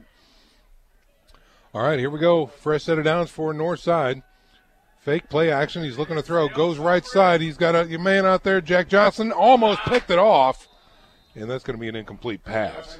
Good coverage by Johnson. That was just a fly pattern down the right-hand side. Nevis tried to look off the free safety. Good coaching there. Looked left, came back right, but Johnson was step for step with the receiver. 28 seconds remaining here in the first half. Again, your score 14-7. Northside really trying to make an effort here, going for that deep ball to punch one in before the half ends. Let's see what they do here as they face a 2nd and 10. Again, their ball resting at their own 44-yard line. So 56 yards to go for pay dirt. Twins to the right on the short side, one wide left and a single setback. Now Johnson in motion across the line of scrimmage. They fake to him. He's looking to throw. Nieves has time. Looking, firing over the middle. And Austin Mack comes up, and the ball is tipped and intercepted. And it is going to be number 40 again, running it back across the midfield stripe to the 47-yard line. That is 2 picks on the night for number 40. Trying to find his name again. We know it's not Franz. Meeser. Noah Meeser, 2nd pick of the night. And of course that was really Mack. Mack disrupted that ball, made the receiver not able to catch it. The ball flips into the air, and who's there to grab it but Meeser? Wow. Fantastic. 16 seconds to go here in the first half, and the Bishop Luers Knights have the ball back in Northside territory at the 46-yard line. No, if your mom's listening tonight, we got it right the first time. That's right. She didn't have to call our station. We got her. 1st and 10 for the Knights with, again, 16 seconds remaining. Single setback with Johnson in the backfield. Twins to the right, one wide left. He's looking to throw. He's got pressure. Evades it. Rolls to the right. Looks, throws downfield. He's got Mack. He goes up for it. It is caught by Mack inside the 5-yard line. You keep throwing to that guy, he's going to catch some. Wow. Godfather, they didn't run it, and they got down to the 7-yard line. I have to tell you that. Hey, just to defend them, that was a great pass, 7 seconds to go. Now run it into the end zone like I told him to. That's right. The ball is on the 4-yard line, 7 seconds to go, and it looks like, do we have a timeout on the field? The entire Knights are over near the sidelines here. I would think so because they've got 3 left. They only have time for 2 plays. Yeah, that's exactly right. Let's call one to make sure they get it right down here. So during this timeout break, we're going to check in with Nick Gray, who probably has some additional scores and highlights from around the area. We're going to give him a chance to tune up his mic and turn it on. Now let's check in with Nick Gray. Well, over at Bishop Dwenger, they're up on Wayne 35-0, getting ready to go into the half. Carroll's beating Concordia 28-7. Homestead's up on Northrop 35-7. Snyder is trouncing Southside 28-0. Leo's up on DeKalb 35-0. New Haven 14, Huntington North 0. Fairfield's beating Cherubusco 21-14 for all those guys on the sideline paying attention to me. Woodland 7, Adams Central 14 at the half. Oh, they scored. Yeah, they did right before half. There's like 2 seconds left and punched it in. So, do we have a score for East Noble? Not yet, but we will soon. All right, thanks, Something to look forward to. Back up to you guys. All right, thanks very much, Nick.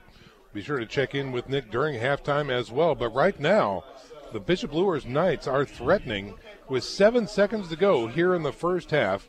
The ball resting at the 4.5-yard line of Northside. Godfather, I'm throwing the fade out here to Mack. He's wide left. Johnson from the shotgun to the right side. He's throwing it, and it is knocked down, incomplete pass that time. And, that was to Mack. He was on the far side right. And that's going to be an incomplete pass. Yep, 3 seconds to go. 3 seconds to go in the first half. And let's see what they do here. Bishop Luers going to kick the field goal.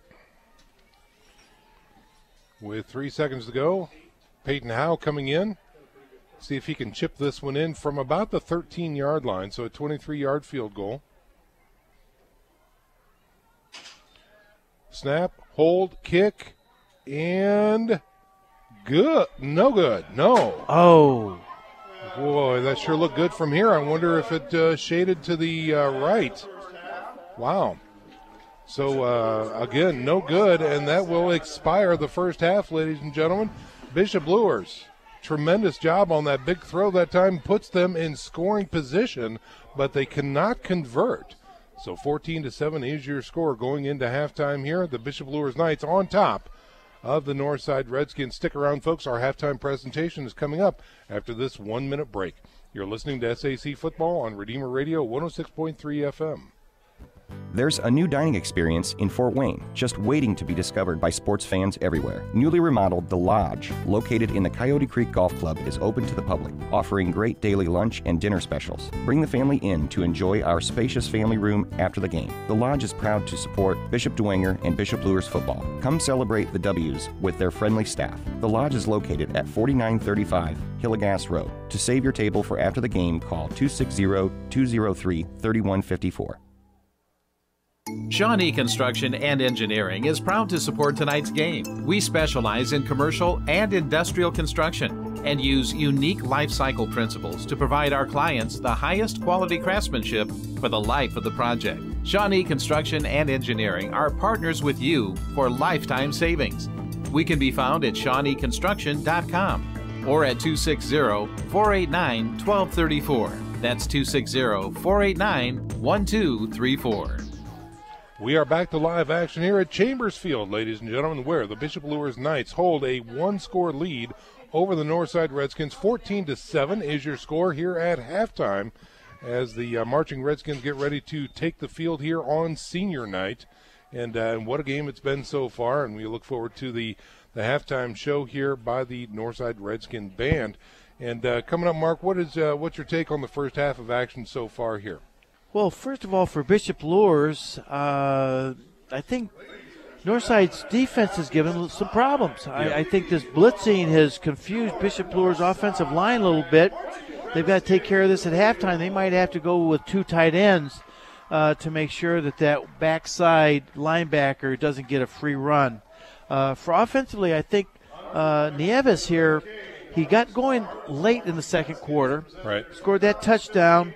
And I think he's going to get going here and put a little more pressure on Bishop Luers. I think Coach Hall's got to open it up a little bit. But we have a heck of a ball game. It's just unfortunate that Bishop Luers didn't kick that last field goal. Right. Sean, we've seen in the playoffs so many times the kicking game. Andrean last year, it came down to a kick, and it was a tough kick. Yep. About a 35-yarder in the muck that kid make so Andrean could go to state. Those are the type of kicks you've got to make at this time of the year. So that's the one that's really hit my craw right now that Bishop Luers needs. If they're going to go make a run in this thing, they've got to have those type of scores. Well, folks, this is our halftime show brought to you by historic St. Felix Catholic Center, which is now open for retreats. Located in Huntington, Indiana on 30 scenic acres with plenty of recreational areas and a serene Blessed Mother grotto. St. Felix Catholic Center is the perfect location for a single day of prayer to overnight retreats. It's the former home of Venerable Solanus Casey, so you can plan your visit today by checking them out on the web at www.sfcatholiccenter.com. Well, again, the Northside Redskin Marching Band is on the field and entertaining the crowd here. It is a beautiful night here at Chambers Field. Your score 14-7. The Bishop Luers Knights on top of the Northside Redskins. And Godfather, I posed a question to Mark Watts there, and going to pose the same question to you. First half reflections and what's your thoughts on the what you've seen so far?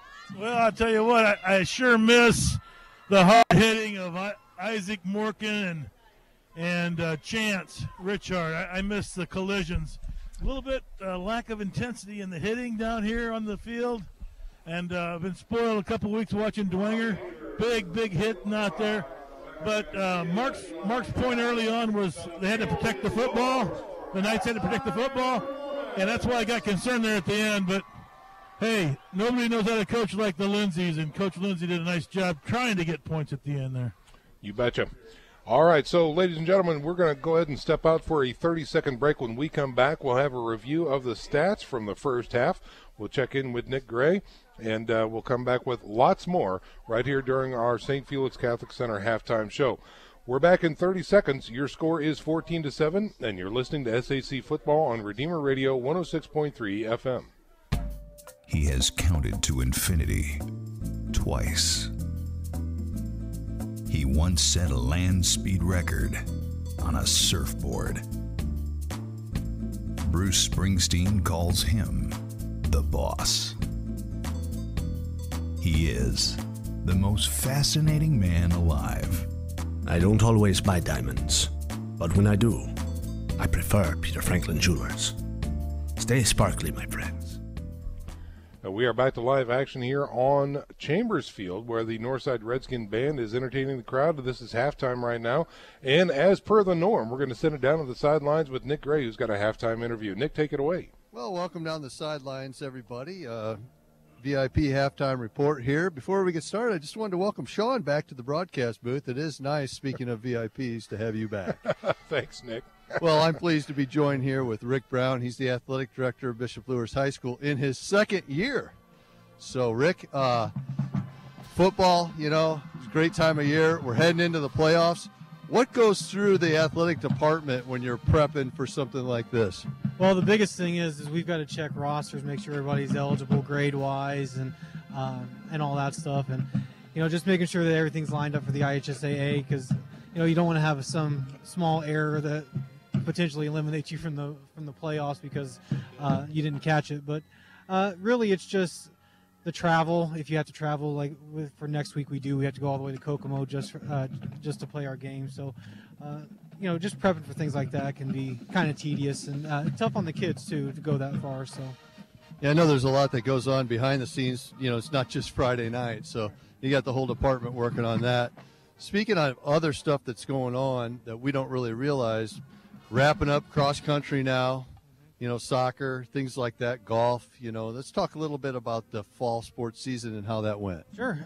We had a great fall season pretty much all the way around. Our girls golf team finished up. They're a young team, but they showed a lot of improvement over the course of the season.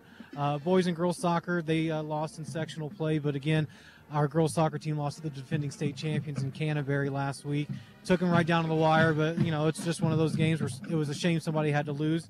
And the boys were pretty much the same way. They played Heritage, had to go to PKs, and they just lost in the PK process.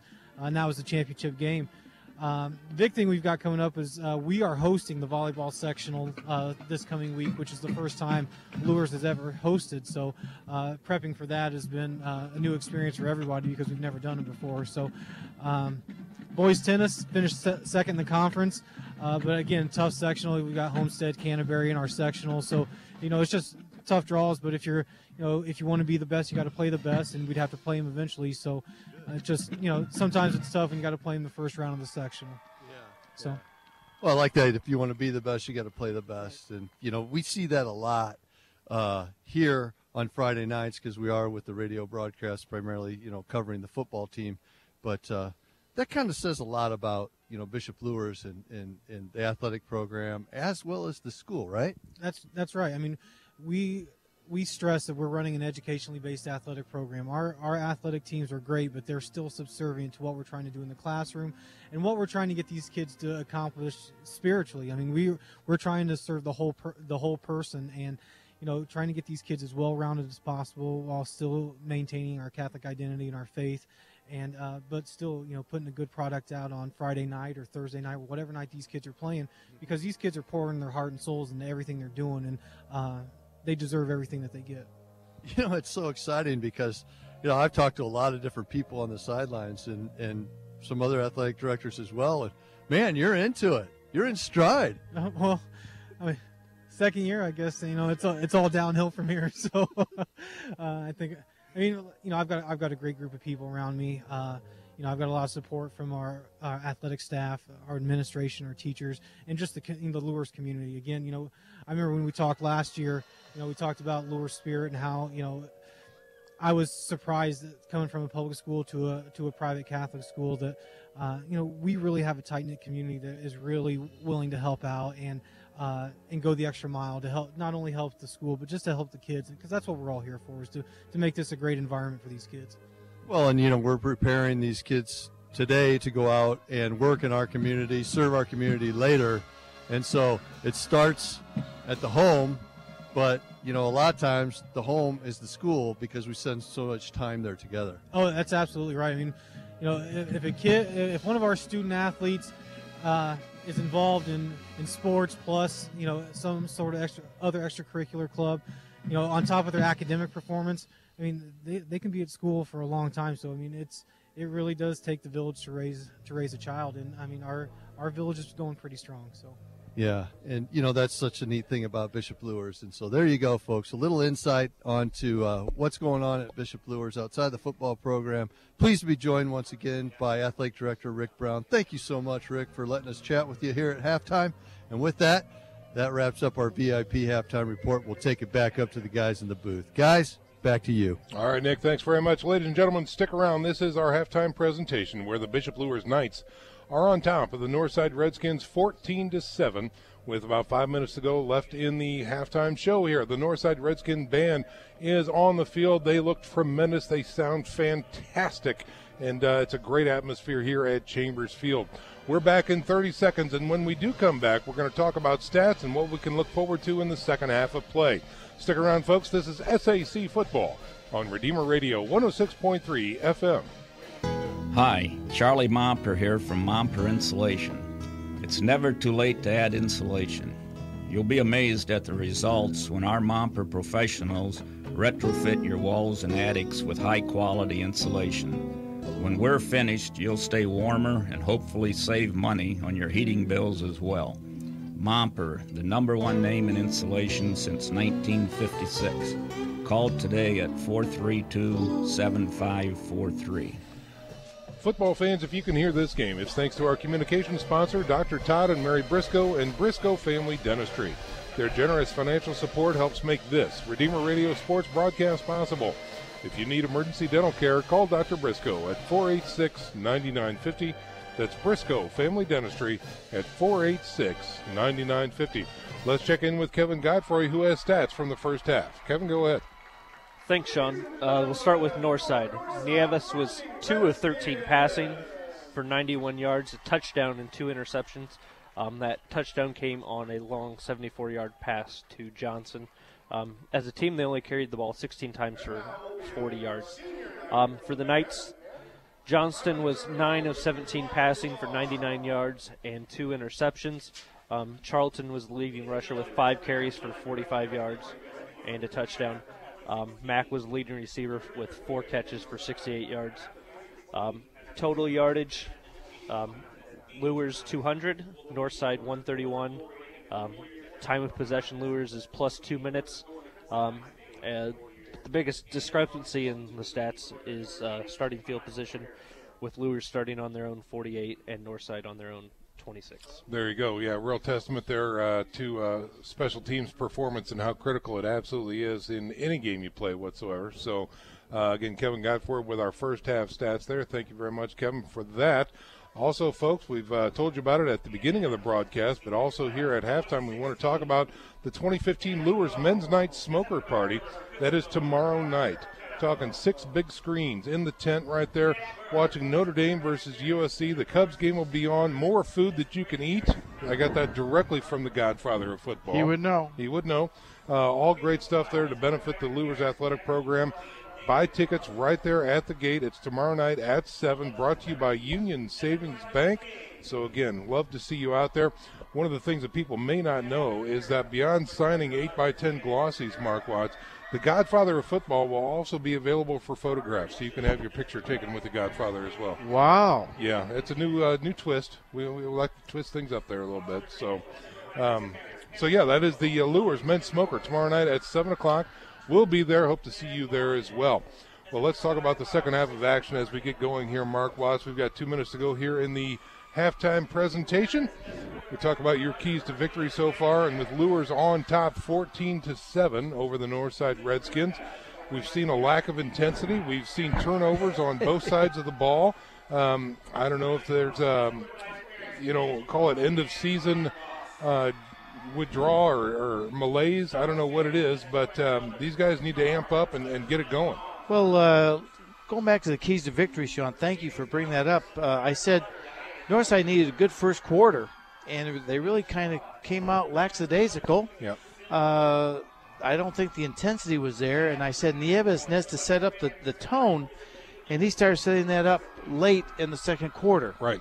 For Luers, take care of the ball. Well, 2 picks is not taking care of the football, and they can't give Nieves a short field. They have done that. So field position has been important, and Luers has really taken care of that. Defensively, contain. They've done that pretty well. And defend the deep throw, they've not done a good job with it. Yeah. That Northside hasn't hit them. But I know 3 specific long throws that they were open, especially on a 3rd and 24 on the far sideline. So if Nieves can hit one of these big ones, I'm telling you, they're right back in here. First of all, Bishop Luers has to take care of the football, and I'm with Godfather. When I talked to Coach Lindsay before the game, he said he wanted to run the football. Well, we look at it, thrown it 17 times the first half. Yeah. I'm not, again, my math, that'd be a 34 passing night, which is way too much what they want to do. Right. They're ahead. I'd like to see them run the football a little bit more. Get control of this game. And for Northside, defensively, I think they've had a heck of a game plan with we've said this a few times, where they're bringing this to Bishop Luers' left hand side. That's to the quarterback's back. They brought linebackers in 3 or 4 or 5 times, and he'd been in untouched. He caused the 1 interception when he got blasted when he was throwing it, a couple of hurries and a couple of tackles for losses. So Bishop Luers has to do something with that, because this is just a disaster waiting to happen the second half. Yeah, no, you're absolutely right. All right, folks, well, we are getting ready to start the second half of play here, and coming up after this 30-second break, we are going to check in once more with Nick Gray, who has some scores and highlights from around the area before we begin the third quarter of action. And remember, you can check us out on Twitter. If you don't follow us on Twitter, check us out. We're at 1063 Sports on Twitter. That's at 1063 Sports. Stick around, folks. We're back in 30 seconds. You're listening to SAC Football on WRDF 106.3 FM. You can help support your Catholic parish or school with Notre Dame Federal Credit Union's Elevate program. You'll not only enjoy excellent personal service and save money with your new loan or credit card, you'll also be giving money back to the participating parish or school you care about. Let Notre Dame Federal Credit Union elevate all participating parishes or schools. Elevate can be reached at 844-230-6611 or visit us online at ndelevate.com. Independent from the university. We are back to live action here at Chambers Field, getting ready to wrap up our halftime show, brought to you by St. Felix Catholic Center. And one last time during our halftime show, let's check in with Nick Gray with scores and highlights from around the area. Well, guys, all of these are halftime scores pretty much. Bishop Twangers leading Wayne 42-0. Mark, you asked for the East Noble score. They're beating Belmont 7-0 at the half. Thank you. Cherubusco Fairfield. Cherubusco's losing to Fairfield 14-7. Carroll's up on Concordia 28-7. Homestead's up on Northrop 43-7. Snyder over Southside 28-0. Leo's beating DeKalb 35-0. Huntington North, New Haven. New Haven's winning that matchup 14-0. And then the Adams Central Woodland game. That actually, we did start the third quarter over there. Adams Central still leading Woodland 14-7. And then the other game I'm watching is Columbia City's up on Norwell 12-7. So that's where we're at. Keep working real hard the second half and keep you updated the rest of the game, folks. Back up to you guys. Thank you, Nick. All right. Well, again, this is the end of regular season right here, ladies and gentlemen. Next week we begin the road to Lucas Oil. And, again, we are going to be channeling the Bishop Luers Knights as they take on Northwestern. The coverage begins at 6 p.m. with our final tailgate talk, which will be a playoff preview, followed by our Game of the Week coverage at 6:55. But let's talk a little bit about, playoff previews. Mark, at this point, we've got obviously Bishop Luers taking on Northwestern, but what are some of the other interesting matchups from some of the teams we like to follow on tailgate talk and around the area? Sean, we'll cover this explicitly next week, but we've got a possibility of 4 teams and maybe even 5 that could go down to state. Yeah. We are very fortunate. In 6A, we've got the two big teams would be Carroll and Homestead. Carroll opens up with Warsaw, and Homestead opens up with Northrop. So it looks like Homestead Carroll probably will fight it out to get to play Carmel in the next round. Snyder has an excellent chance to go. Yeah, I'm telling they you, really they play Goshen. They're 4-4, and these Northside Redskins play Concord. They're 6-2. If you're just looking at records, Snyder's probably going to play either North or Concord, obviously, and then they could really go there, do well. Dwenger plays Wayne again. New Haven plays Mississinewa, as we said, and Luers plays Northwestern. But the two other teams we have to really look at going south would be Woodland and Adams Central. Yeah. They could get there.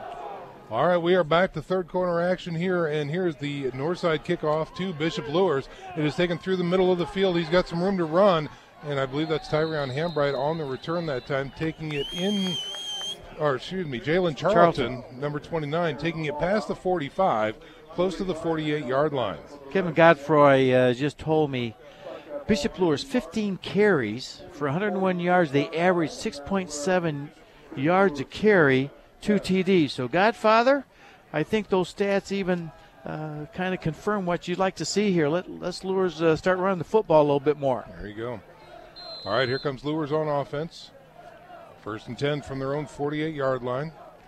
From the shotgun, little low snap, quick give through the middle. That's Hambright, left side. He's got some room, breaks into the secondary, streaks down to about the 34-yard line.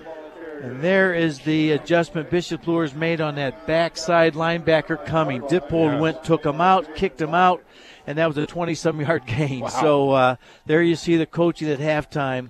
First time, took care of that outside linebacker, got him blocked this time, made a big difference in the play. They mark it at the 35-yard line. 1st and 10 again now for the Bishop Luers Knights. Quick give through the middle. And again, that's Tyrion Hambright, dragging tacklers for about a 6-7 yard gain inside the 30 down to the 29-yard line.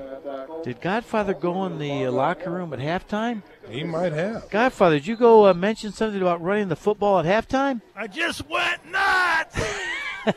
Not you. You're not emotional at all.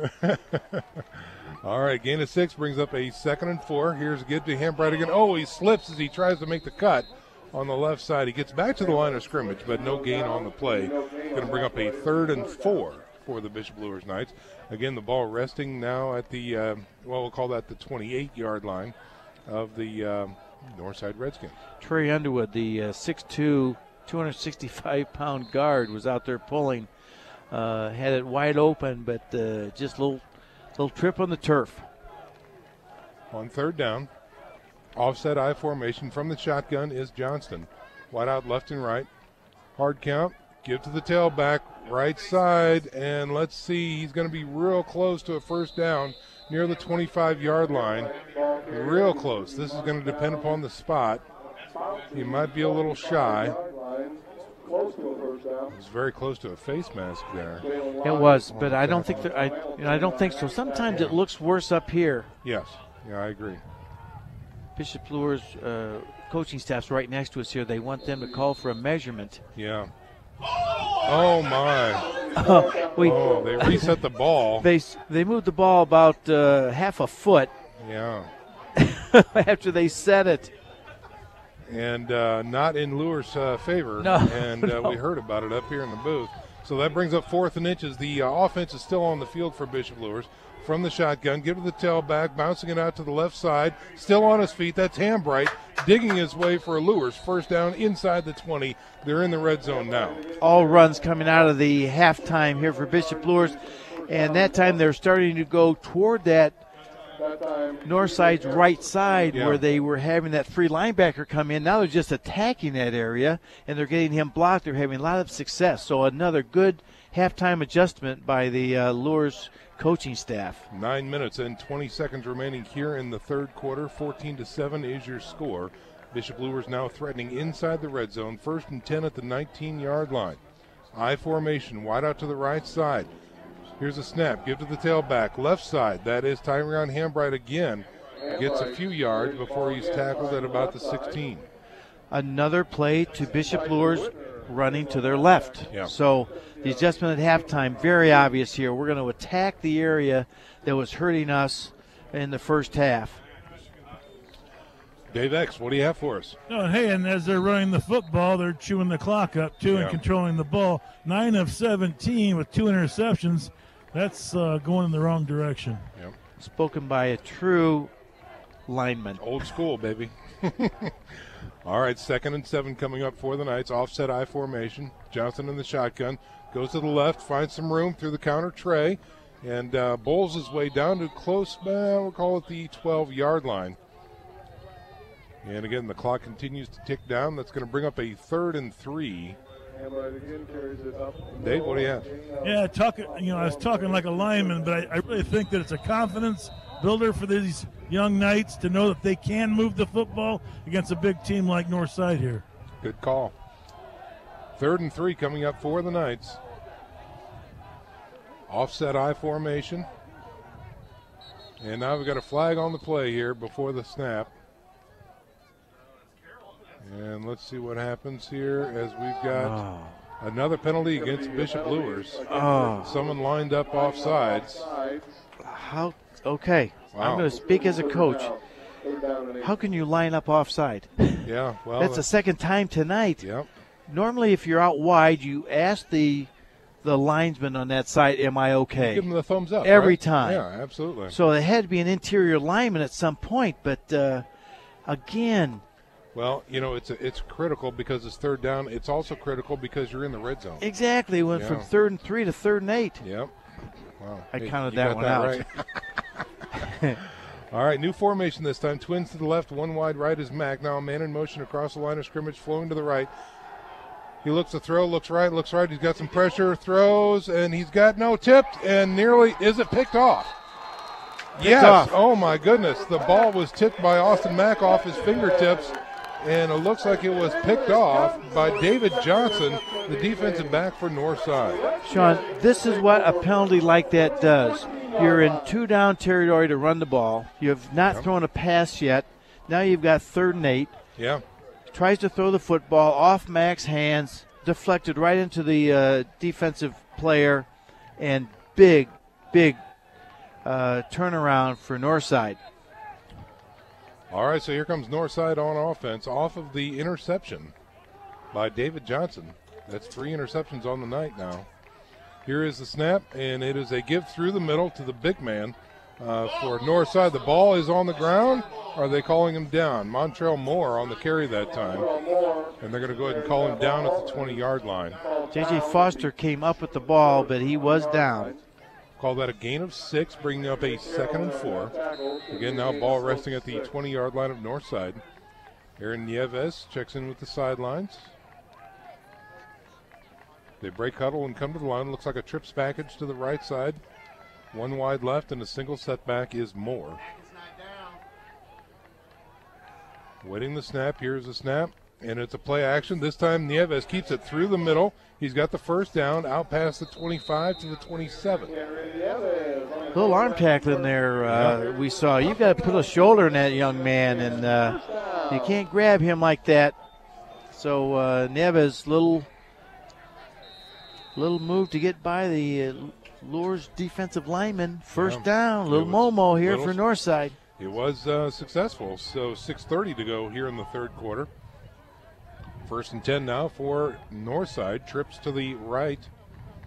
Here's a snap. Again, give to the tailback. Oh, he's hit in the backfield and blown up. Tackle for loss. Back at about the 24-yard line. Was that Jet? Yeah, Elijah Jet just blew it up. Boy, he's played tough all year. He's been a senior leader for Bishop Luers, and nothing going there. So we'll call that a loss of 3, bringing up a 2nd and 13 for the Northside Redskins. Northside's really had not much effectiveness going inside on Bishop Luers. Unless Nieves decides to keep it. That's exactly right. Again, trips to the right side. Single setback, one wide left. Nieves from the shotgun. Looks to throw, looking deep, left side. He's got a man open, off the hands of his intended receiver near the 40-yard line, and that's going to be another incomplete pass. Lyman, number 2, the intended receiver that time. And I hate to be a broken record, Sean, he was open. He was open. He had steps. That's all there is to it. That was just off his fingertips, so that was about 6 inches from being a big gain for Northside. Yeah. But instead, it brings up a 3rd and 13 for the Redskins. Ball resting at their own 24-yard line. They need to make this to keep the drive alive and make that interception count. They're going to spread things out. Twins left and right with a single setback now. Nieves from the shotgun. Play action. Steps up into the pocket. Now flushed. He has to tuck it and run. He's going to get hit and taken down near the 27-yard line. So he gets back to the original line of scrimmage, a gain of 3 and not much more. And it looks like the defense for Bishop Luers holds, and Northside will have to punt. And Elijah Jett, again, he shows his quickness and his agility. He was rushing. He saw Nieves break out to his left toward the Northside sidelines, and he just broke down and would not let him get by him. Big time play again by one of the top senior leaders on Bishop Luers' defensive line. Well, here comes the punt for Northside. Again, these have been sketchy at best all night. They've been interesting. Get ready, Godfather. You might catch this one. Man in motion towards the short side of the field. Here is the punt, and it is going to be taken out of bounds. I don't know if it was hit or not, but it is going to be marked out of bounds at the Northside 38-yard line. I'm sorry. I don't mean to laugh, but that's ugly. Yeah. I mean, I'm not picking on anybody. I'm not even saying who kicked it, but goodness sakes, how far was that one? A 15-yarder? 12. 12? Yeah, from the 27 so he's had to a the 7, 39. an 8, and a 12. Yeah. Well, again, Bishop Luers set up very well now after that punt. They're going to call it 1st and 10 at the 39-yard line of Northside. Offset I formation, 2 wideouts to the left. They flow to the left, get to the tailback. That is Hambright looking for some room around the left side. He finds the edge and has a nice run that time. There you go. And let's see where they mark him down here. Getting some news from the press box here, a very interesting call. Their regular punter has a broken foot. Oh, this okay. explains everything. Yes. Yes, all right. absolutely. My apologies. Yeah. My apologies. All right. Good to know. You know, our sideline crew should have scouted that beforehand, Mark. Yeah. 7-yard gain that time, bringing up a 2nd and 3. And now we've got a flag on the play.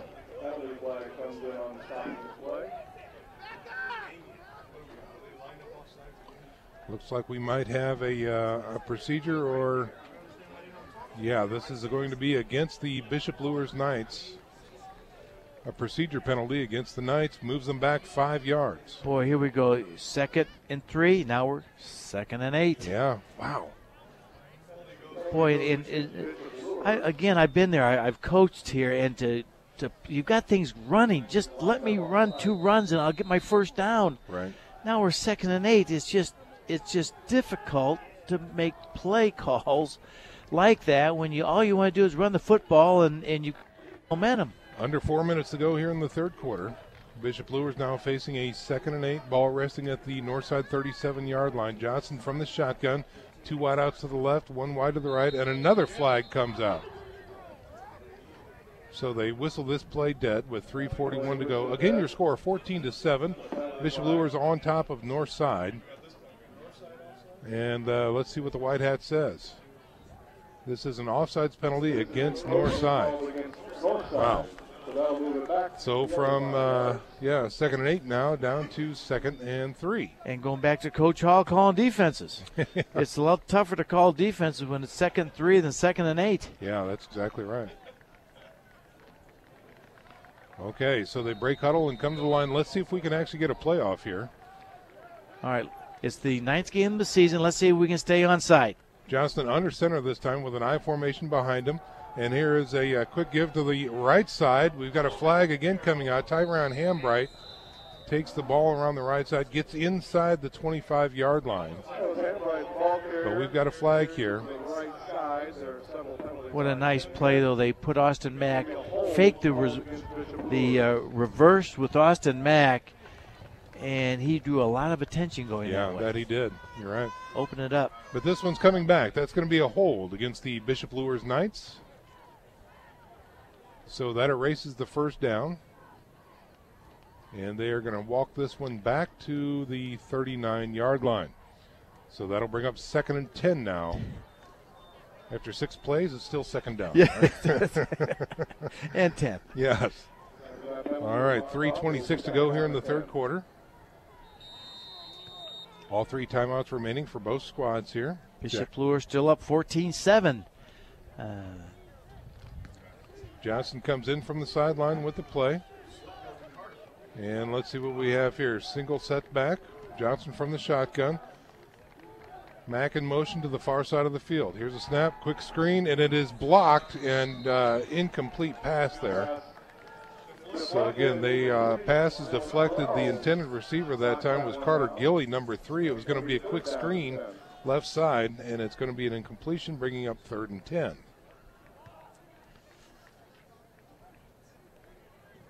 So the incomplete pass stops the clock at 3:04.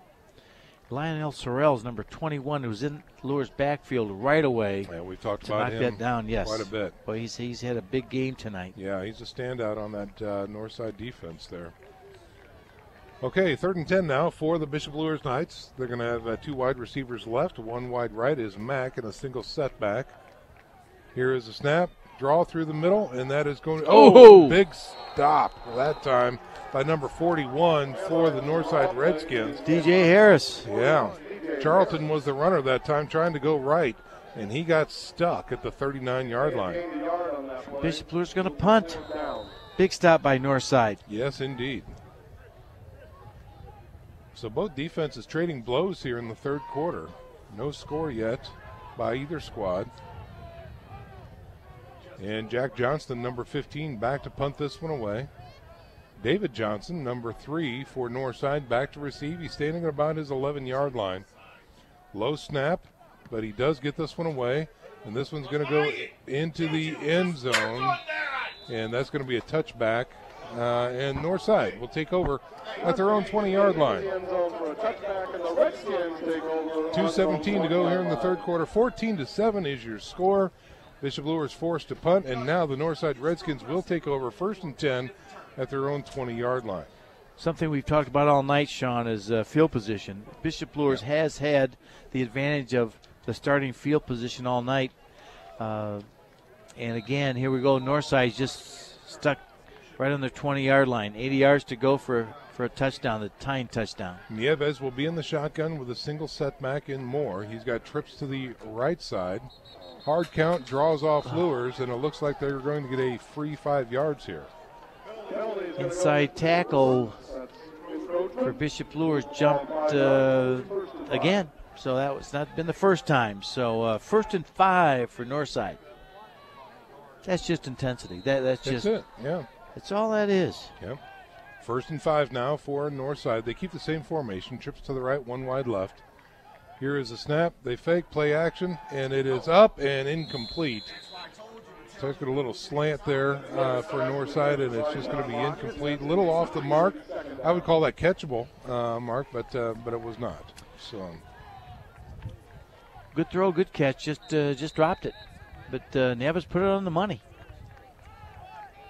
All right, so they line up here on 2nd and 5. Here's a snap, quick screen, right side. It is caught. He's got some room. He's got the first down, waiting for his blocker, being patient, getting out past the 35-yard line, and that will move the chains for the Northside Redskins.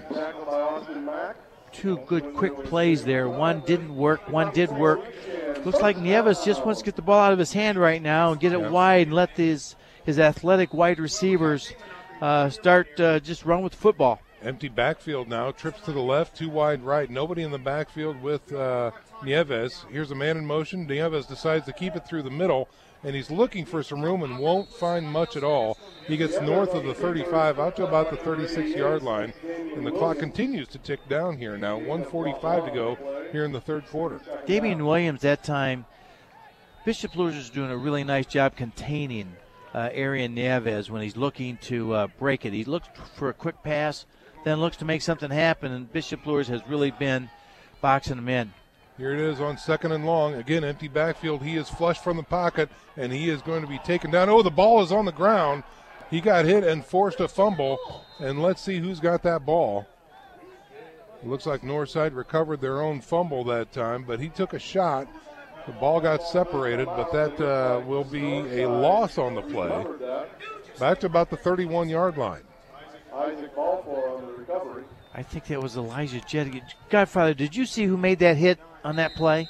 You know, I was watching the ball and thinking that we were going to recover. The Knights were going to recover it. Homer. But, no, I didn't see any. Thanks, Joe. 3rd and 14 for Northside. The snap. He sweeps to the left, looks to throw, guns it. Oh, in and out of the hands of his receiver. That would have been so close. Did they call that a catch?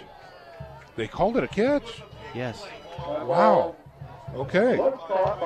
So Lockett comes up with a huge catch. I thought for sure he dropped that ball. It was hard to see because he caught it in front of the bench. Right, he was bobbling it, but Right. he must have got it in the feet down. Yeah. Well, that brings up 4th and inches now. And if I was Coach Hall, I'd say you got to measure for me. Right. He's right there. He's right looking at it. He's standing right on the 45-yard line. Yes. And so they will measure this one. Well, folks, that gives me an opportunity to let you know that Hubcap Express is the expert in run-flat tires and plus-size fitment. Do you need your tires and rims straightened? Hubcap Express fixes bent rims. For all your tire needs, visit Hubcap Express, located at 606 West Coliseum Boulevard, and on the web at hubcapexpress.com. Nick Gray, while we're measuring, what do you have for us? Well, Woodland's come alive in the second half, guys. It's now tied 14-14, Woodland Adams Central. The other hot game this evening that Mark's interested in is East Noble is now up on Belmont 21-7. That will send it back up for you guys. All right. Well, the Northside faithful are very pleased that Coach Hall called for a measurement because it will be a first down for the Redskins. A little momentum now on Northside. Couple of first downs here, and that was a big play. 1:12 to go here in the third quarter. 14-7 is your score. Luers clinging to a 7-point lead. Northside with a fresh set of downs. Ball resting at their own 45-yard line. Now we've got that Wildcat formation as Moore will take the snap, and he's going to look to throw. He rolls out to his left, and he's going to be swarmed over, and it takes 4, 5, 6 Knights to bring him down near the 48-yard line. He wasn't able to get the ball thrown, but again, he got some positive yards out of it anyway. I don't know if he was faking to throw so he could run, but I'm telling you, he wanted to throw it. That he did.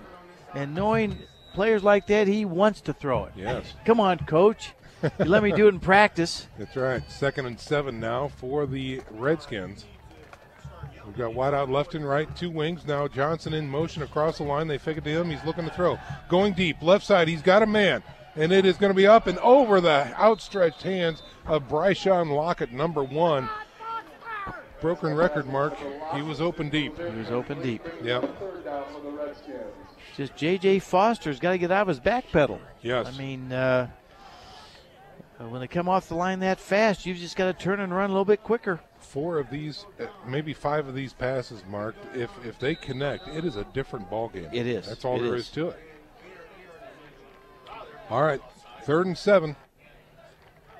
Here's a snap, play action, blitz coming, thrown, and Lockett has it out in the flats on the left side. There's a quick hitch route, and that will get him into Bishop Luers territory, down to the 45-yard line. Again, very close. And they've got it. First down. They do. The white hat says move the chains, and they do. Right now, Lockett's he's their main receiver. He's made 2 nice catches here in the sidelines, both for first downs, key first downs. All right, they wind the clock here, and that is going to do it for the third quarter, ladies and gentlemen, as both sides come off the field. 14-7 is your score. 12 more minutes to play. North side on the march here, but Bishop Luers clinging to a 7-point lead. We are back in 1 minute. You're listening to SAC Football on Redeemer Radio 106.3 FM.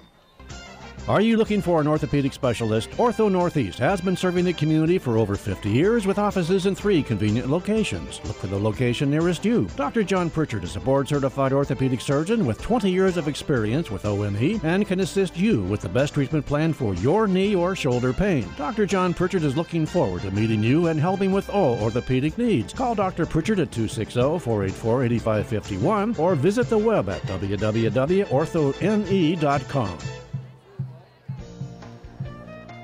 Hello, I'm Tom Steele with Tom Steele Tire and Auto Repair, a family-owned business for over 35 years. We carry all major brands of new tires as well as a large selection of quality used tires to save you money. We do all types of auto repairs, be it brakes, alignment, or just fix your air conditioning. Tom Steele Tire, North Clinton or Illinois Road. Give us a try. You'll be glad you did. We are back to live action here. Fourth quarter beginning right now with a 1st and 10 from the 45-yard line. The Northside Redskins are driving. They trail Bishop Luers 14-7. And let's see what Arian Nieves and company does here on offense. We got a men in motion. They're flowing to the right side, screening left. It is caught, and then he's breaking a tackle. He's got 10, 15 more, still on his feet, driving. He breaks 3 tackles, the 20, the 10, the 5. Mack knocks him into the end zone. Touchdown, North Side. Wow. Godfather, what do you have for us? That runner is just like a bowling ball. He'll run you over. Montrell Moore, I'll tell you what, I like the way he runs. Wasn't real pleased with all the arm tackles and arm grabbing. Well, you can't bring him down that way, obviously. Montrell Moore checking in 5'11", 230 pounds, and he got all of that moving downfield, and he was a train that was not going to be stopped. So with 11:47, the Northside Redskins pull within 1 point, and we await the PAT.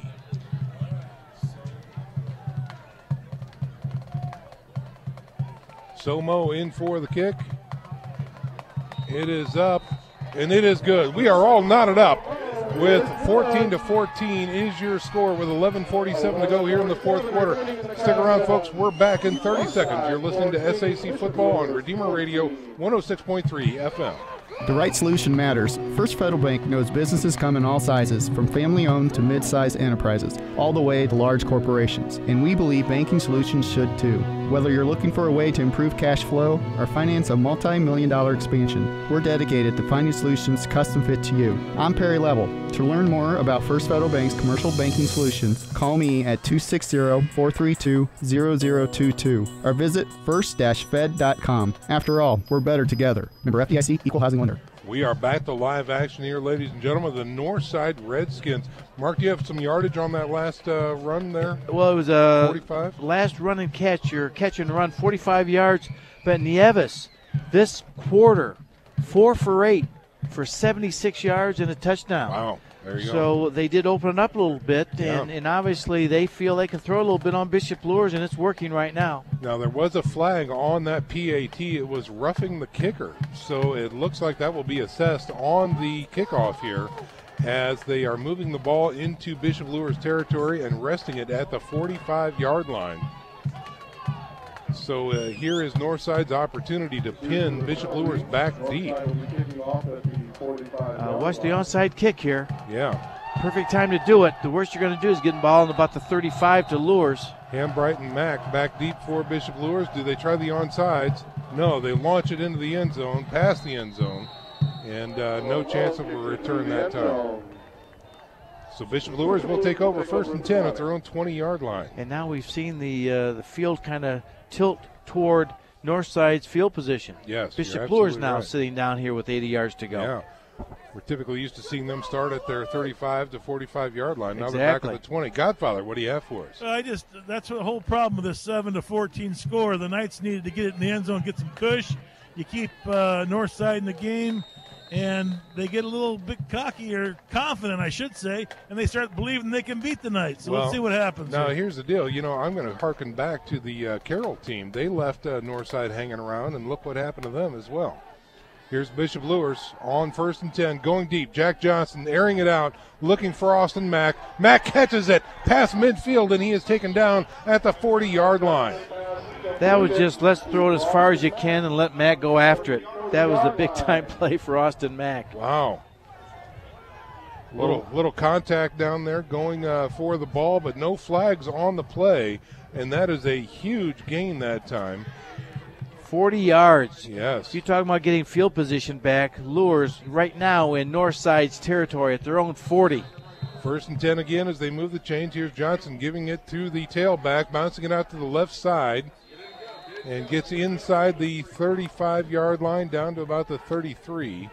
That's Hambright on the carry for the Bishop Luers Knights. DJ Harris on the stop, number 41. Good tackle there. We'll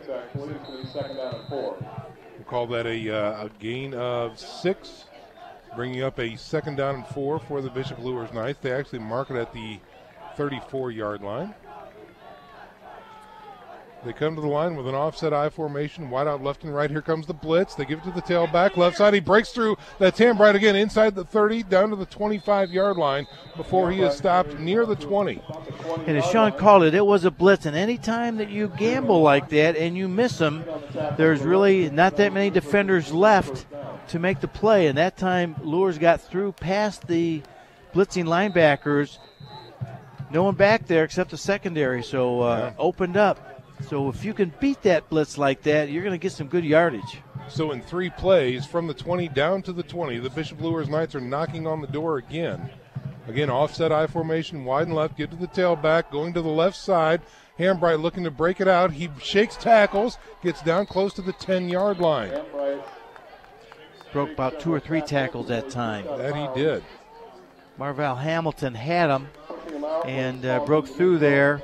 Finally tackled by, I believe, Jalen Lockett, the free safety. 4, yeah.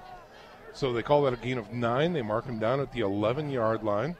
We are all knotted up at 14 with 10:34 to go in the contest. Bishop Luers is now threatening in the red zone of Northside.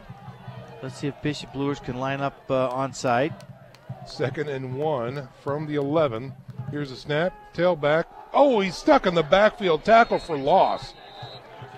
The blitz paid off in spades that time for the Northside Redskins. Hakeem Woodruff that time, untouched, came on a blitz, and that's what happens when you don't pick him up. That's right. So you can live and die by the sword. That time Northside won that battle. So we call that a loss of 2, back to the 13-yard line. Brings up a 3rd and 3. And when you play an aggressive defense, you know you're going to have those plays, both ways. 2 wings and a single setback, 1 wide out to the left is Griggs. Here's a man in motion, that's Mack. They give it to him, jet sweep, left side, looking for some room. He will not have enough for a 1st down as he gets knocked out of bounds at the 11-yard line. Knocked out of bounds. Luers went to the short side of the field that time and really just kind of ran out of room. Yeah.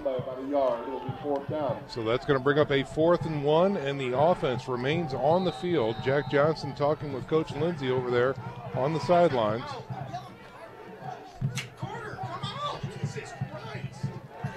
So a little player personnel confusion by Bishop Luers that time.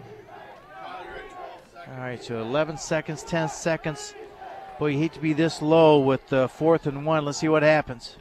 All right, they get set with 3 seconds on the play clock. They get it off. Here is the give to Hambright. He gets across the 10, and he will have enough, just barely, for a Bishop Luers 1st down. Oh, he had to like how he just put his head down. I mean, he saw a little opening, and he went off to right tackle, and he was just sniffing it. Nice run by Hambright. Indeed. 1st and goal now for the Bishop Luers Knights, just inside the 10-yard line. He just stayed nice and low, close to the ground. He was going to get that 1st down.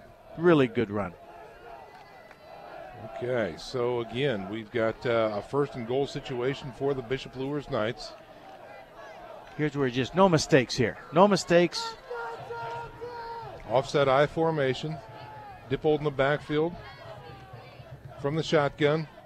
Here's a snap. They flow to the right side. He's got a lead blocker. That's Charlton bouncing it out to the outside, looking for some room, gets some positive yards, dives for the cone.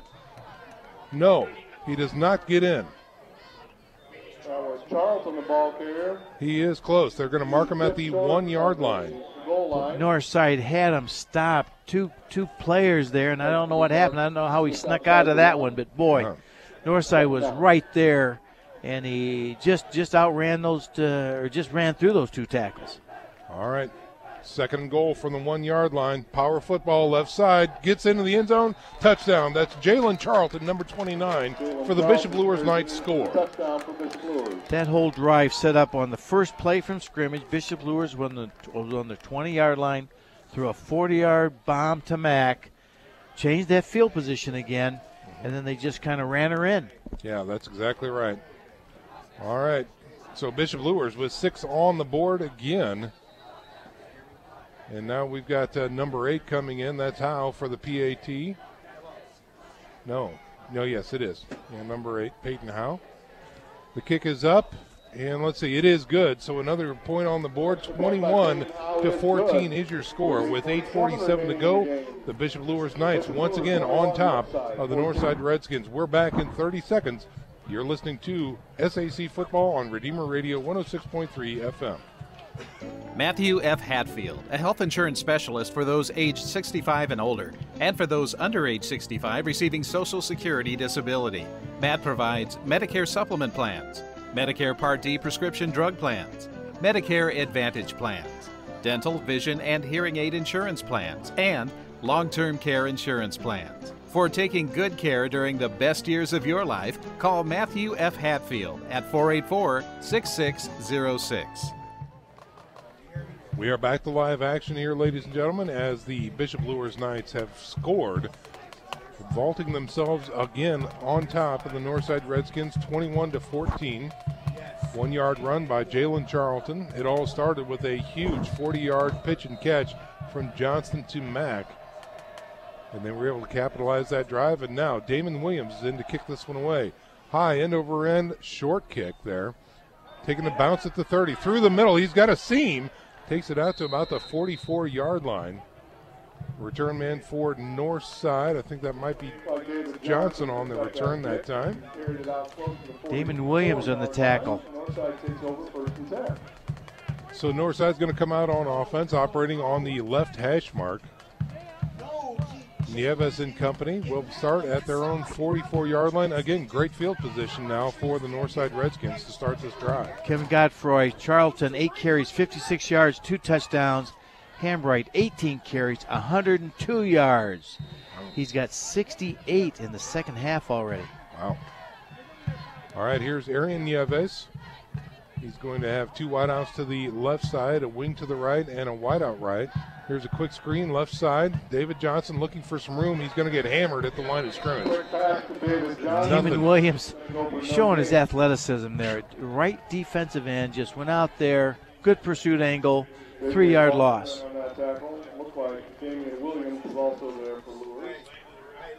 Let's check in with Nick Gray. Well, I got a quick final to update you guys with Woodland 21, Mark, Adams Central 20. Game over. Oh, my goodness. Back up to you. Oh, wow. I think he's making that up. All right, here it is on 2nd and 11 now for the Northside Redskins. Here's a snap. Give to Moore through the middle, looking for some room.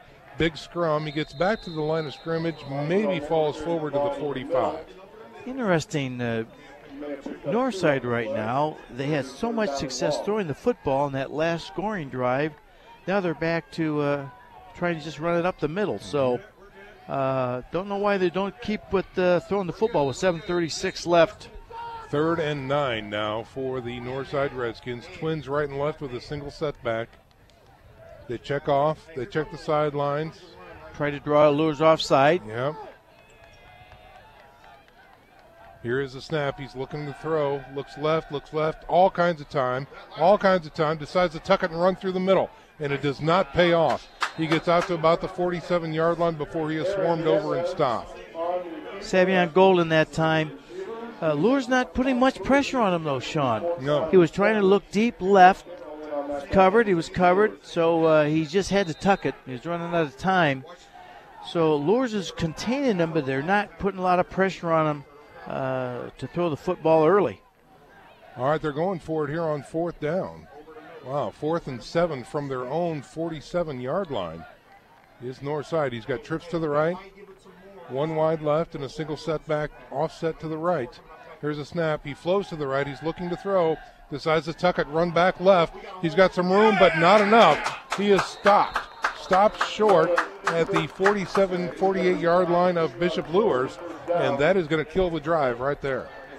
That looked to me, I might be wrong, it was a planned quarterback draw. I think you're right. They had three receivers. They had trips over here. They had one to the left-hand side. He ran right, but it was like tackle pocket.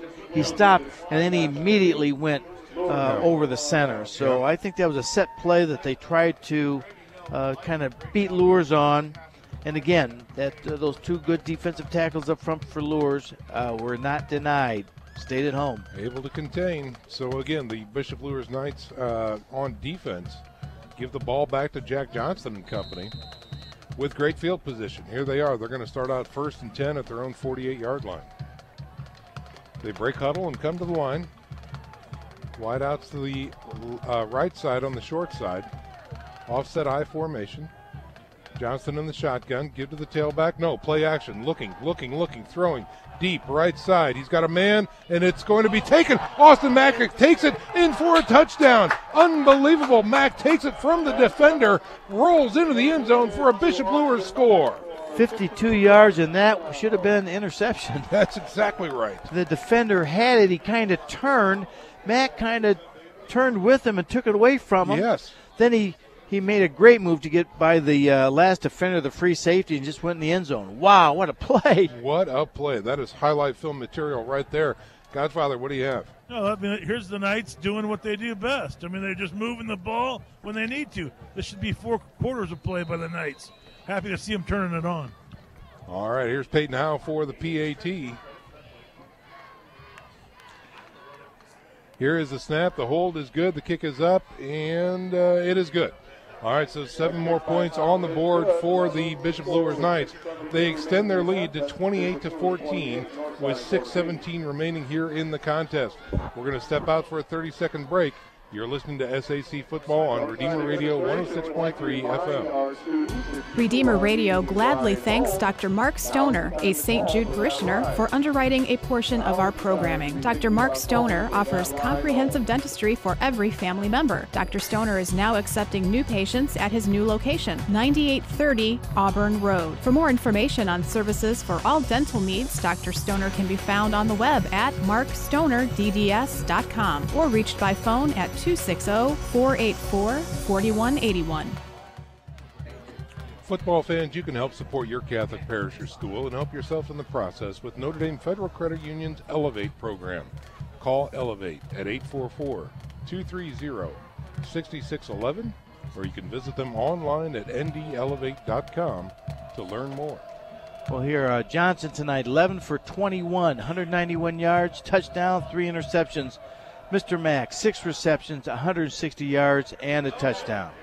All right, here is the kickoff by Williams, and it seems to be missed by a return man. Rolls inside the 5, finally picked up and taken by David Johnson, and he gets out past the 15-yard line before he's tackled at the 16.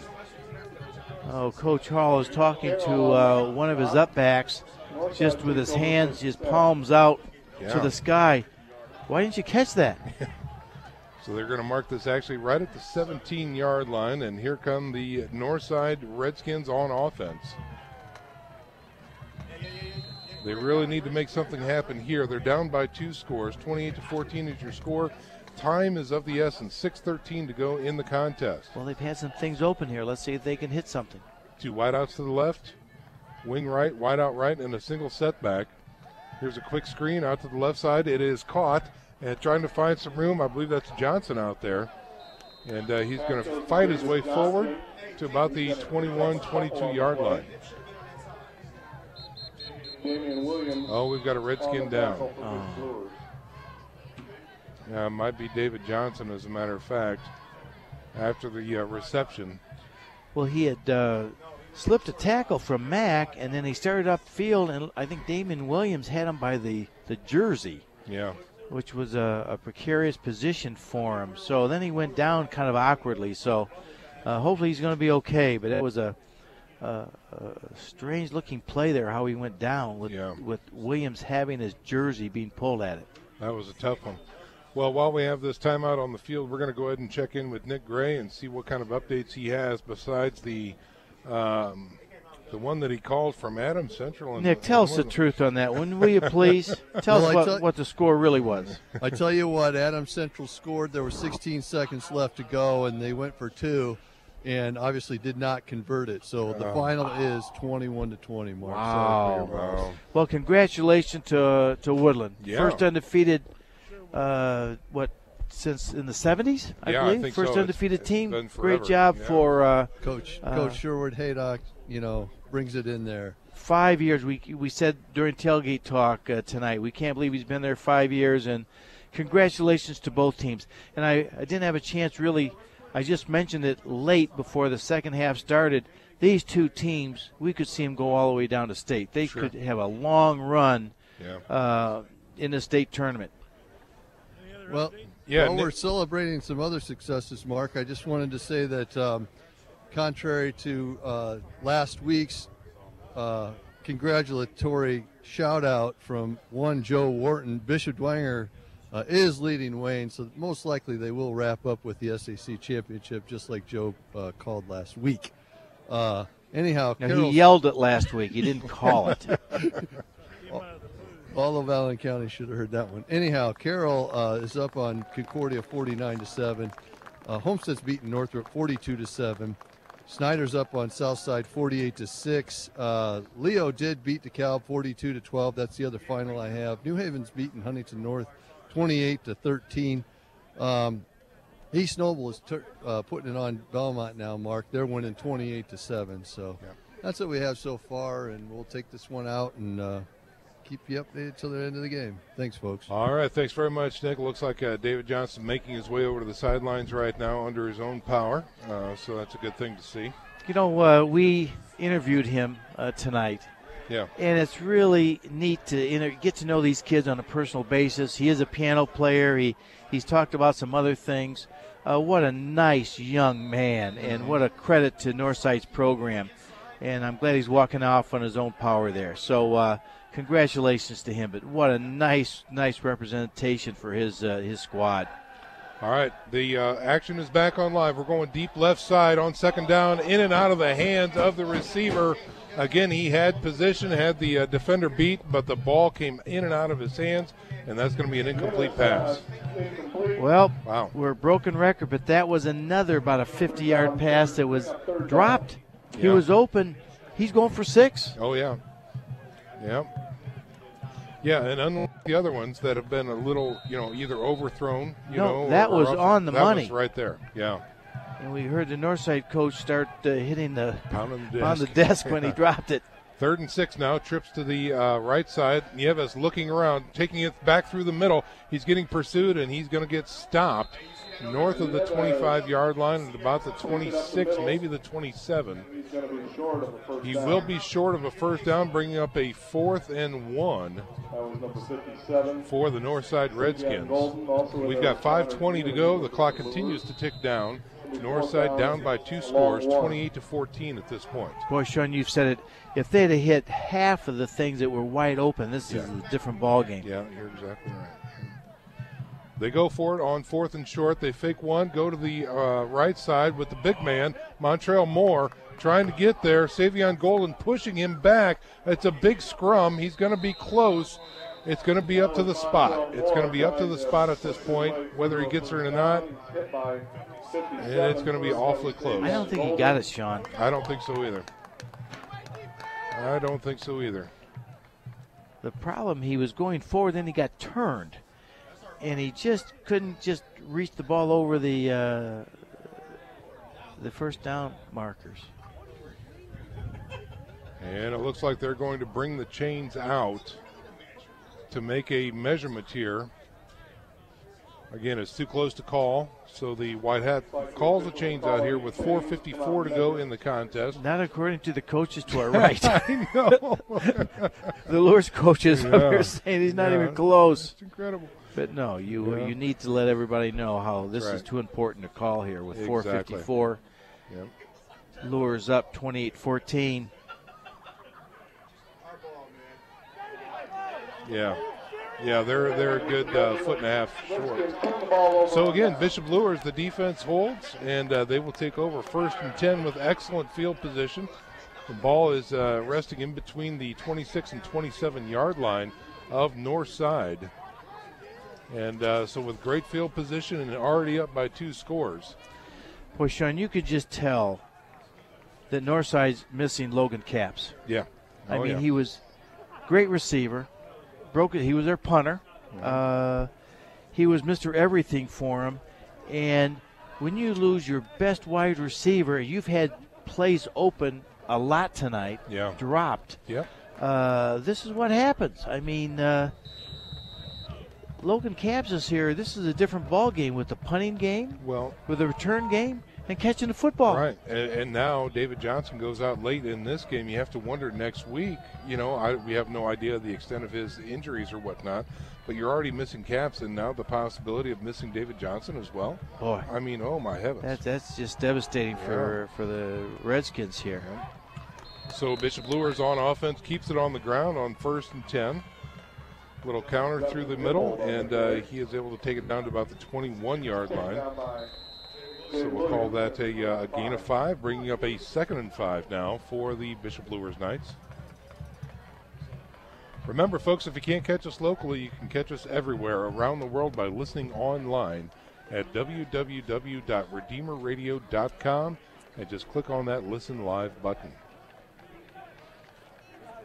Here come the Knights on 2nd and 5. Little low snap, quick give to Dippold through the middle. Big scrum, keeps pushing, keeps grinding. And he will take it down to about the 14-yard line, and that will be enough for a Bishop Luers first down. And I think this is just what we're going to see with Bishop Luers here. Let's run the clock out, try to prevent any more injuries from both sides, and just get out of here with a 14-point victory if we can. Right. So they break huddle and come to the line. 1st and 10 from the north side 14. We've got that offset I formation. Dippold as the 3-back. Wide receiver to the right. Here's a snap. Give to the first man through. Not much there. He's hit immediately and won't have much. That is number 45, Nathan Pritchard, on the carry. Marcus Brown, nose guard there for Northside with the tackle. Austin Mack is out of the game. They're Bishop Luers now with 2 tight ends, just 1 wide out. Looks like what Coach Matt Lindsay used to run with a 2-back set, offset. Right. This is a running formation. Clock continuing to tick down in favor of the Bishop Luers Knights right now. We're going to have 3 minutes to go here shortly. They break huddle, come to the line. Again, that offset I formation. Gilly wide out to the right. Here's a snap, give to the tailback. Getting through the left side inside that tackle is number 23, Justin Dippold, on the carry. And he will run this down to about the 12-yard line. That's going to bring up 3rd and long for the Bishop Luers Knights. 3rd and about 8. DJ Harris, boy, we've called his name all night too. Yeah, we have. Harris and Sorrells have just had a huge night for Northside. Just played awfully well. One's a senior, one's a junior. But they've just really, really played well for Coach Hall tonight. Very aggressive, been all over the field.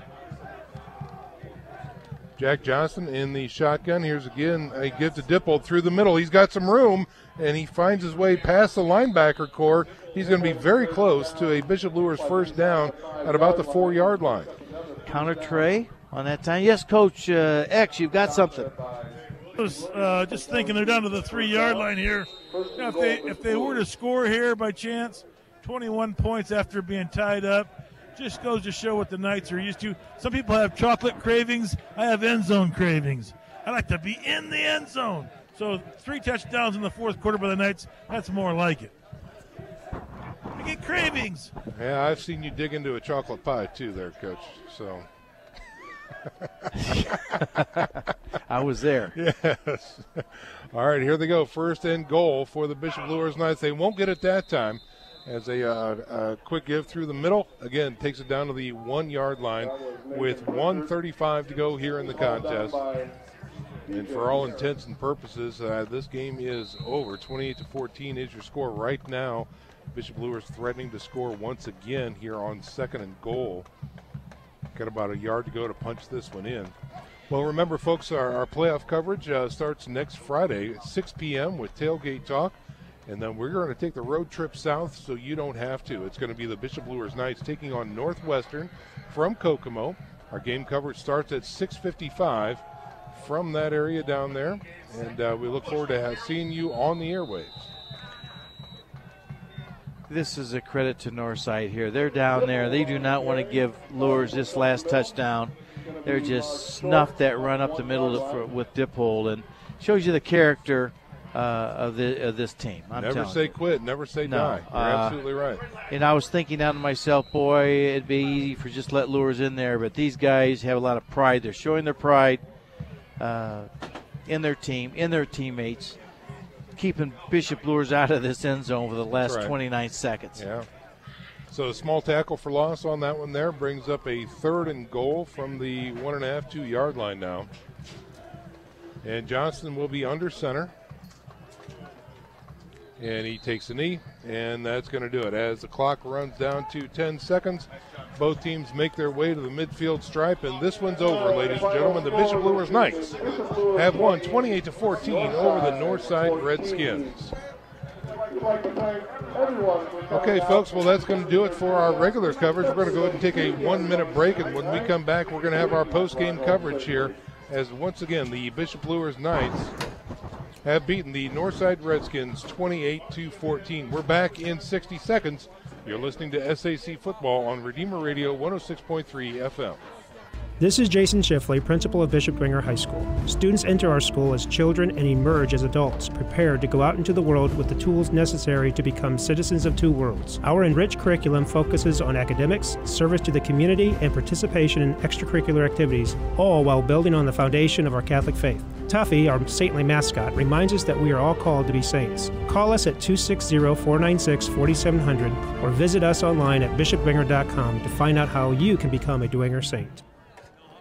Think of Briscoe Dentistry for your family's dental care. Dr. Todd Briscoe and team know that your body is more than just teeth and gums. Your oral health affects the performance ability of your entire body. And on the field or court, you want your body to perform at its best. So trust Dr. Briscoe and team to provide the ultimate in preventative, periodontal, orthodontic, restorative, and cosmetic dentistry. To optimize your body's performance, contact Dr. Briscoe at 260-486-9950 or on the web at briscoedentistry.com. Ladies and gentlemen, we're back here at Chambers Field, where tonight the Bishop Luers Knights have beaten the Northside Redskins 28-14. And in a couple moments here, we're going to talk about the final stats for the contest, wrap it up, and send you home with a Bishop Luers victory. But also just wanted to remind you that Redeemer Radio has one travel sponsor, and that's H&L Electric. Specializing in the commercial electrical needs for the business community, H&L Electric can handle the smallest to the largest of projects for your business. Call Pete Henry at 260-357-0123. That's H&L Electric at 260-357-0123. Let's check in with Kevin Godfrey, who has tonight's stats. Thanks, Sean. For Northside, Nieves was 8 of 23 passing for 170 yards, 2 touchdowns and 2 interceptions. Johnson led them with 3 receptions for 88 yards and a touchdown. For the Knights, Johnston was 11 of 21 passing for 191 yards, a TD and 3 interceptions. Hambright was the leading rusher with 18 carries, 102 yards. Mack led the Knights in receiving with 6 catches for 160 yards and a touchdown. Total yardage, Northside 235, Luers 405. All right, Kevin, thanks very much. Just a reminder, football fans, tomorrow, the University of St. Francis is home again, taking on Concordia. That'll be a noon kickoff game. Catch it right here on Redeemer Radio. Joe Parson and myself on the call tomorrow. And then on Sunday, you can catch the Stars of Tomorrow right here on Redeemer Radio. CYO football at 2 p.m. on Sunday afternoon as the St. Vincent Panthers take on the Jat Knights. That's 2 p.m. here on Redeemer Radio. So a great weekend of football action. Keep it locked right here on 106.3 all weekend long. Special thanks to our post-game sponsor, and that is Bishop Luers High School, a Catholic educational community that instills in each student dignity, integrity, respect, and responsibility. Catch the Luers spirit at www.bishopluers.org. Special thanks going out to our entire broadcast crew, including the Poinsett family back at the station, keeping us on air all night, doing a fantastic job. Very special thanks to Rob and the kids out there. Also on the sidelines tonight, we had the godfather of football, Dave X, our associate assistant executive producer, Nick Gray, on the sidelines as well. Up here in the booth, we had Kevin Godfrey, the upgrade. My broadcast partner is Mark Watts. I'm Sean McBride, wishing you all a good night. May God bless you, and we'll see you on the sidelines. You're listening to WRDF Redeemer Radio, 106.3 FM. Whether you fly a plane through the clouds or bake cookies with your kids.